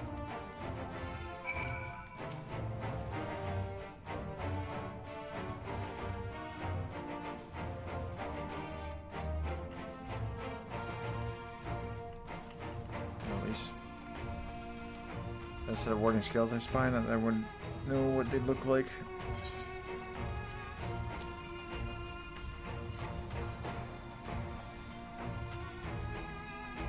Wow, look at these. Even a layman like me could tell they're bursting with ether. I'll better fend off the tempering waves. Is that the right term? Anyway, these will give us one less thing to worry about, which just leaves the other mountain of whatever else waiting for us in Garlemald. Only one way to find out, eh? Nervous or not, and march through all 7 hells if it gave me a chance to put Xenos back in the grave where he belongs.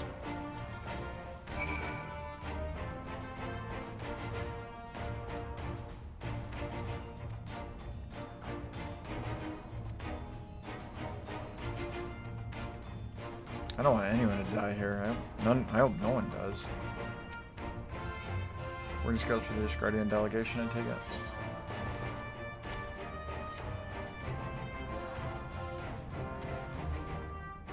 Many thanks. These talismans may prove to be the deciding factor in the battles to come. I find myself conflicted by this foray into Garlemald, sent by the Empire to infiltrate Ishgard, only to throw my lot with those whose secrets I was supposed to be stealing. Annihilate a mission to the countrymen I betrayed. That is doubtless why I was chosen by Lord Emeric. He would have me put my extensive knowledge and former ties to good use. I will not disappoint him. The future of Ishgard, Garlemald, and the world at large, I will lead us to victory.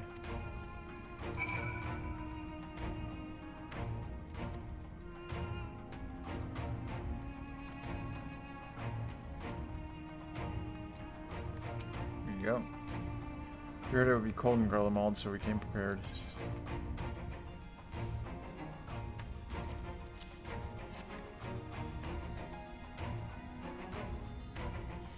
Oh, the talismans. We're to keep these close at all times, yes? I'll see that no one misplaces theirs. Ah, and before I forget, I have a message from Hien. Distant lands in times of strife, together stand, together fight. In darkness shines the light of life. I hope I've done his words justice. Doma, like much of Oathard, has been plagued by the towers. Yeah. While he could not be here, he wished to express his shared conviction. Hien and Yugiri labor without rest to unite the people, and with their aid will we keep the enemy at bay. We have the step in the Eastern Alliance will repay their efforts by ending this war. Ending this war. Ending this war.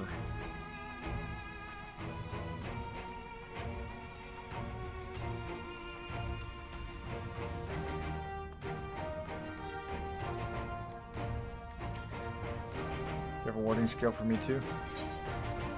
There you go.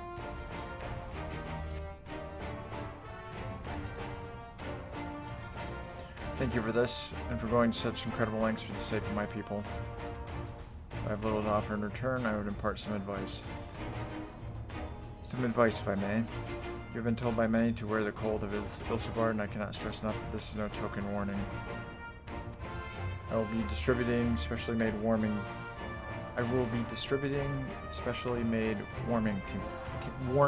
tinctures, courtesy of the Alchemist Guild. Understand that they are no substitute for proper protection.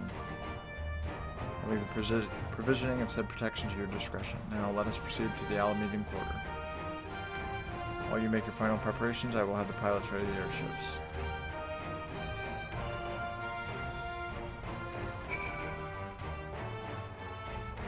It's so awesome seeing everyone there. It really is.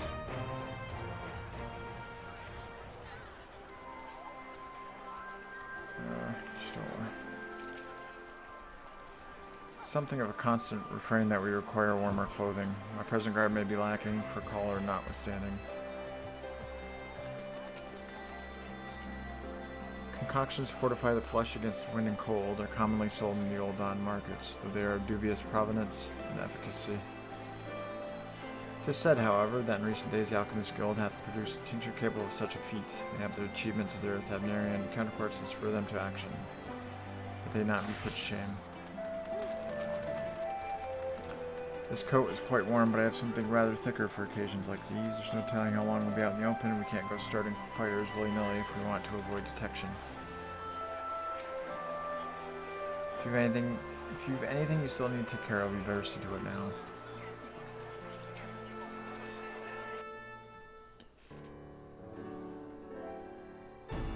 This is our last chance to make ready before we set forth.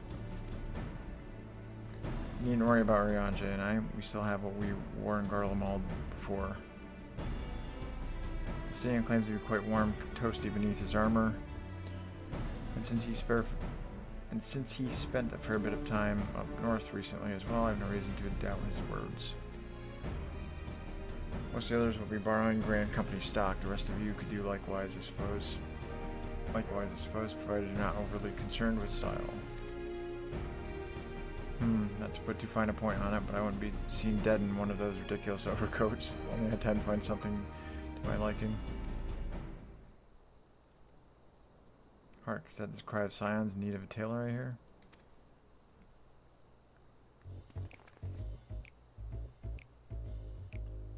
Hey, Taru. But how? Well, I have my way, so yes indeed. You thought you could sneak off to Ilsabard without telling me? Nothing escapes my notice.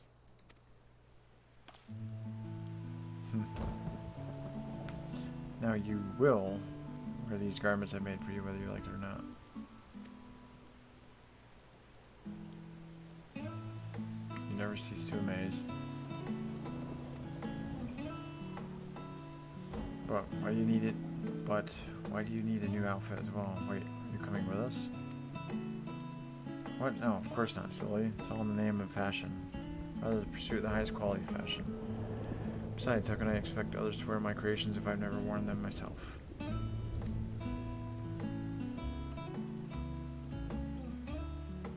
I did have one other thing to share.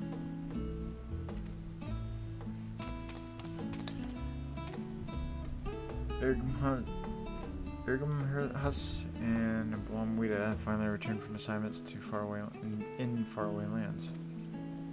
They'll be staying at the Rising Stones for a while to keep an eye on events throughout Eorzea. Since I'll be running things back at headquarters, wondering if I could lend a hand on Charlian. Oh, why not? Keep Kral company in the Baldesion Annex.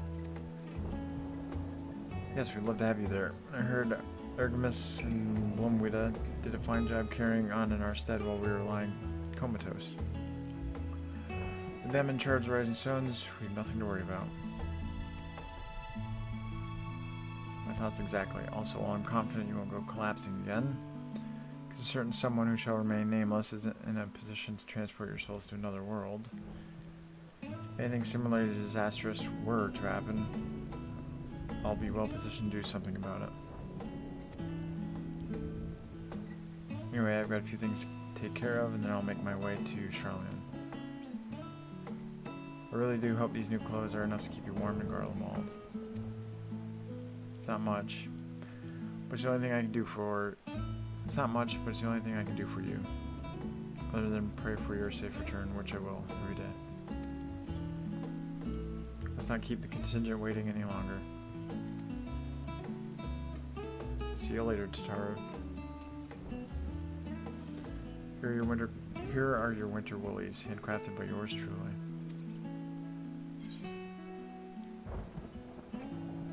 North Sea coat. Thanks.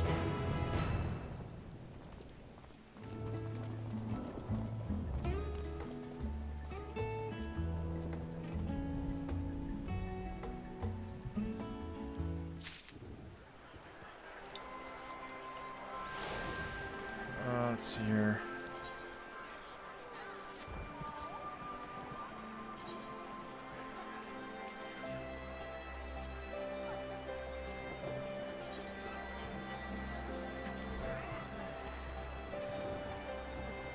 That's nice.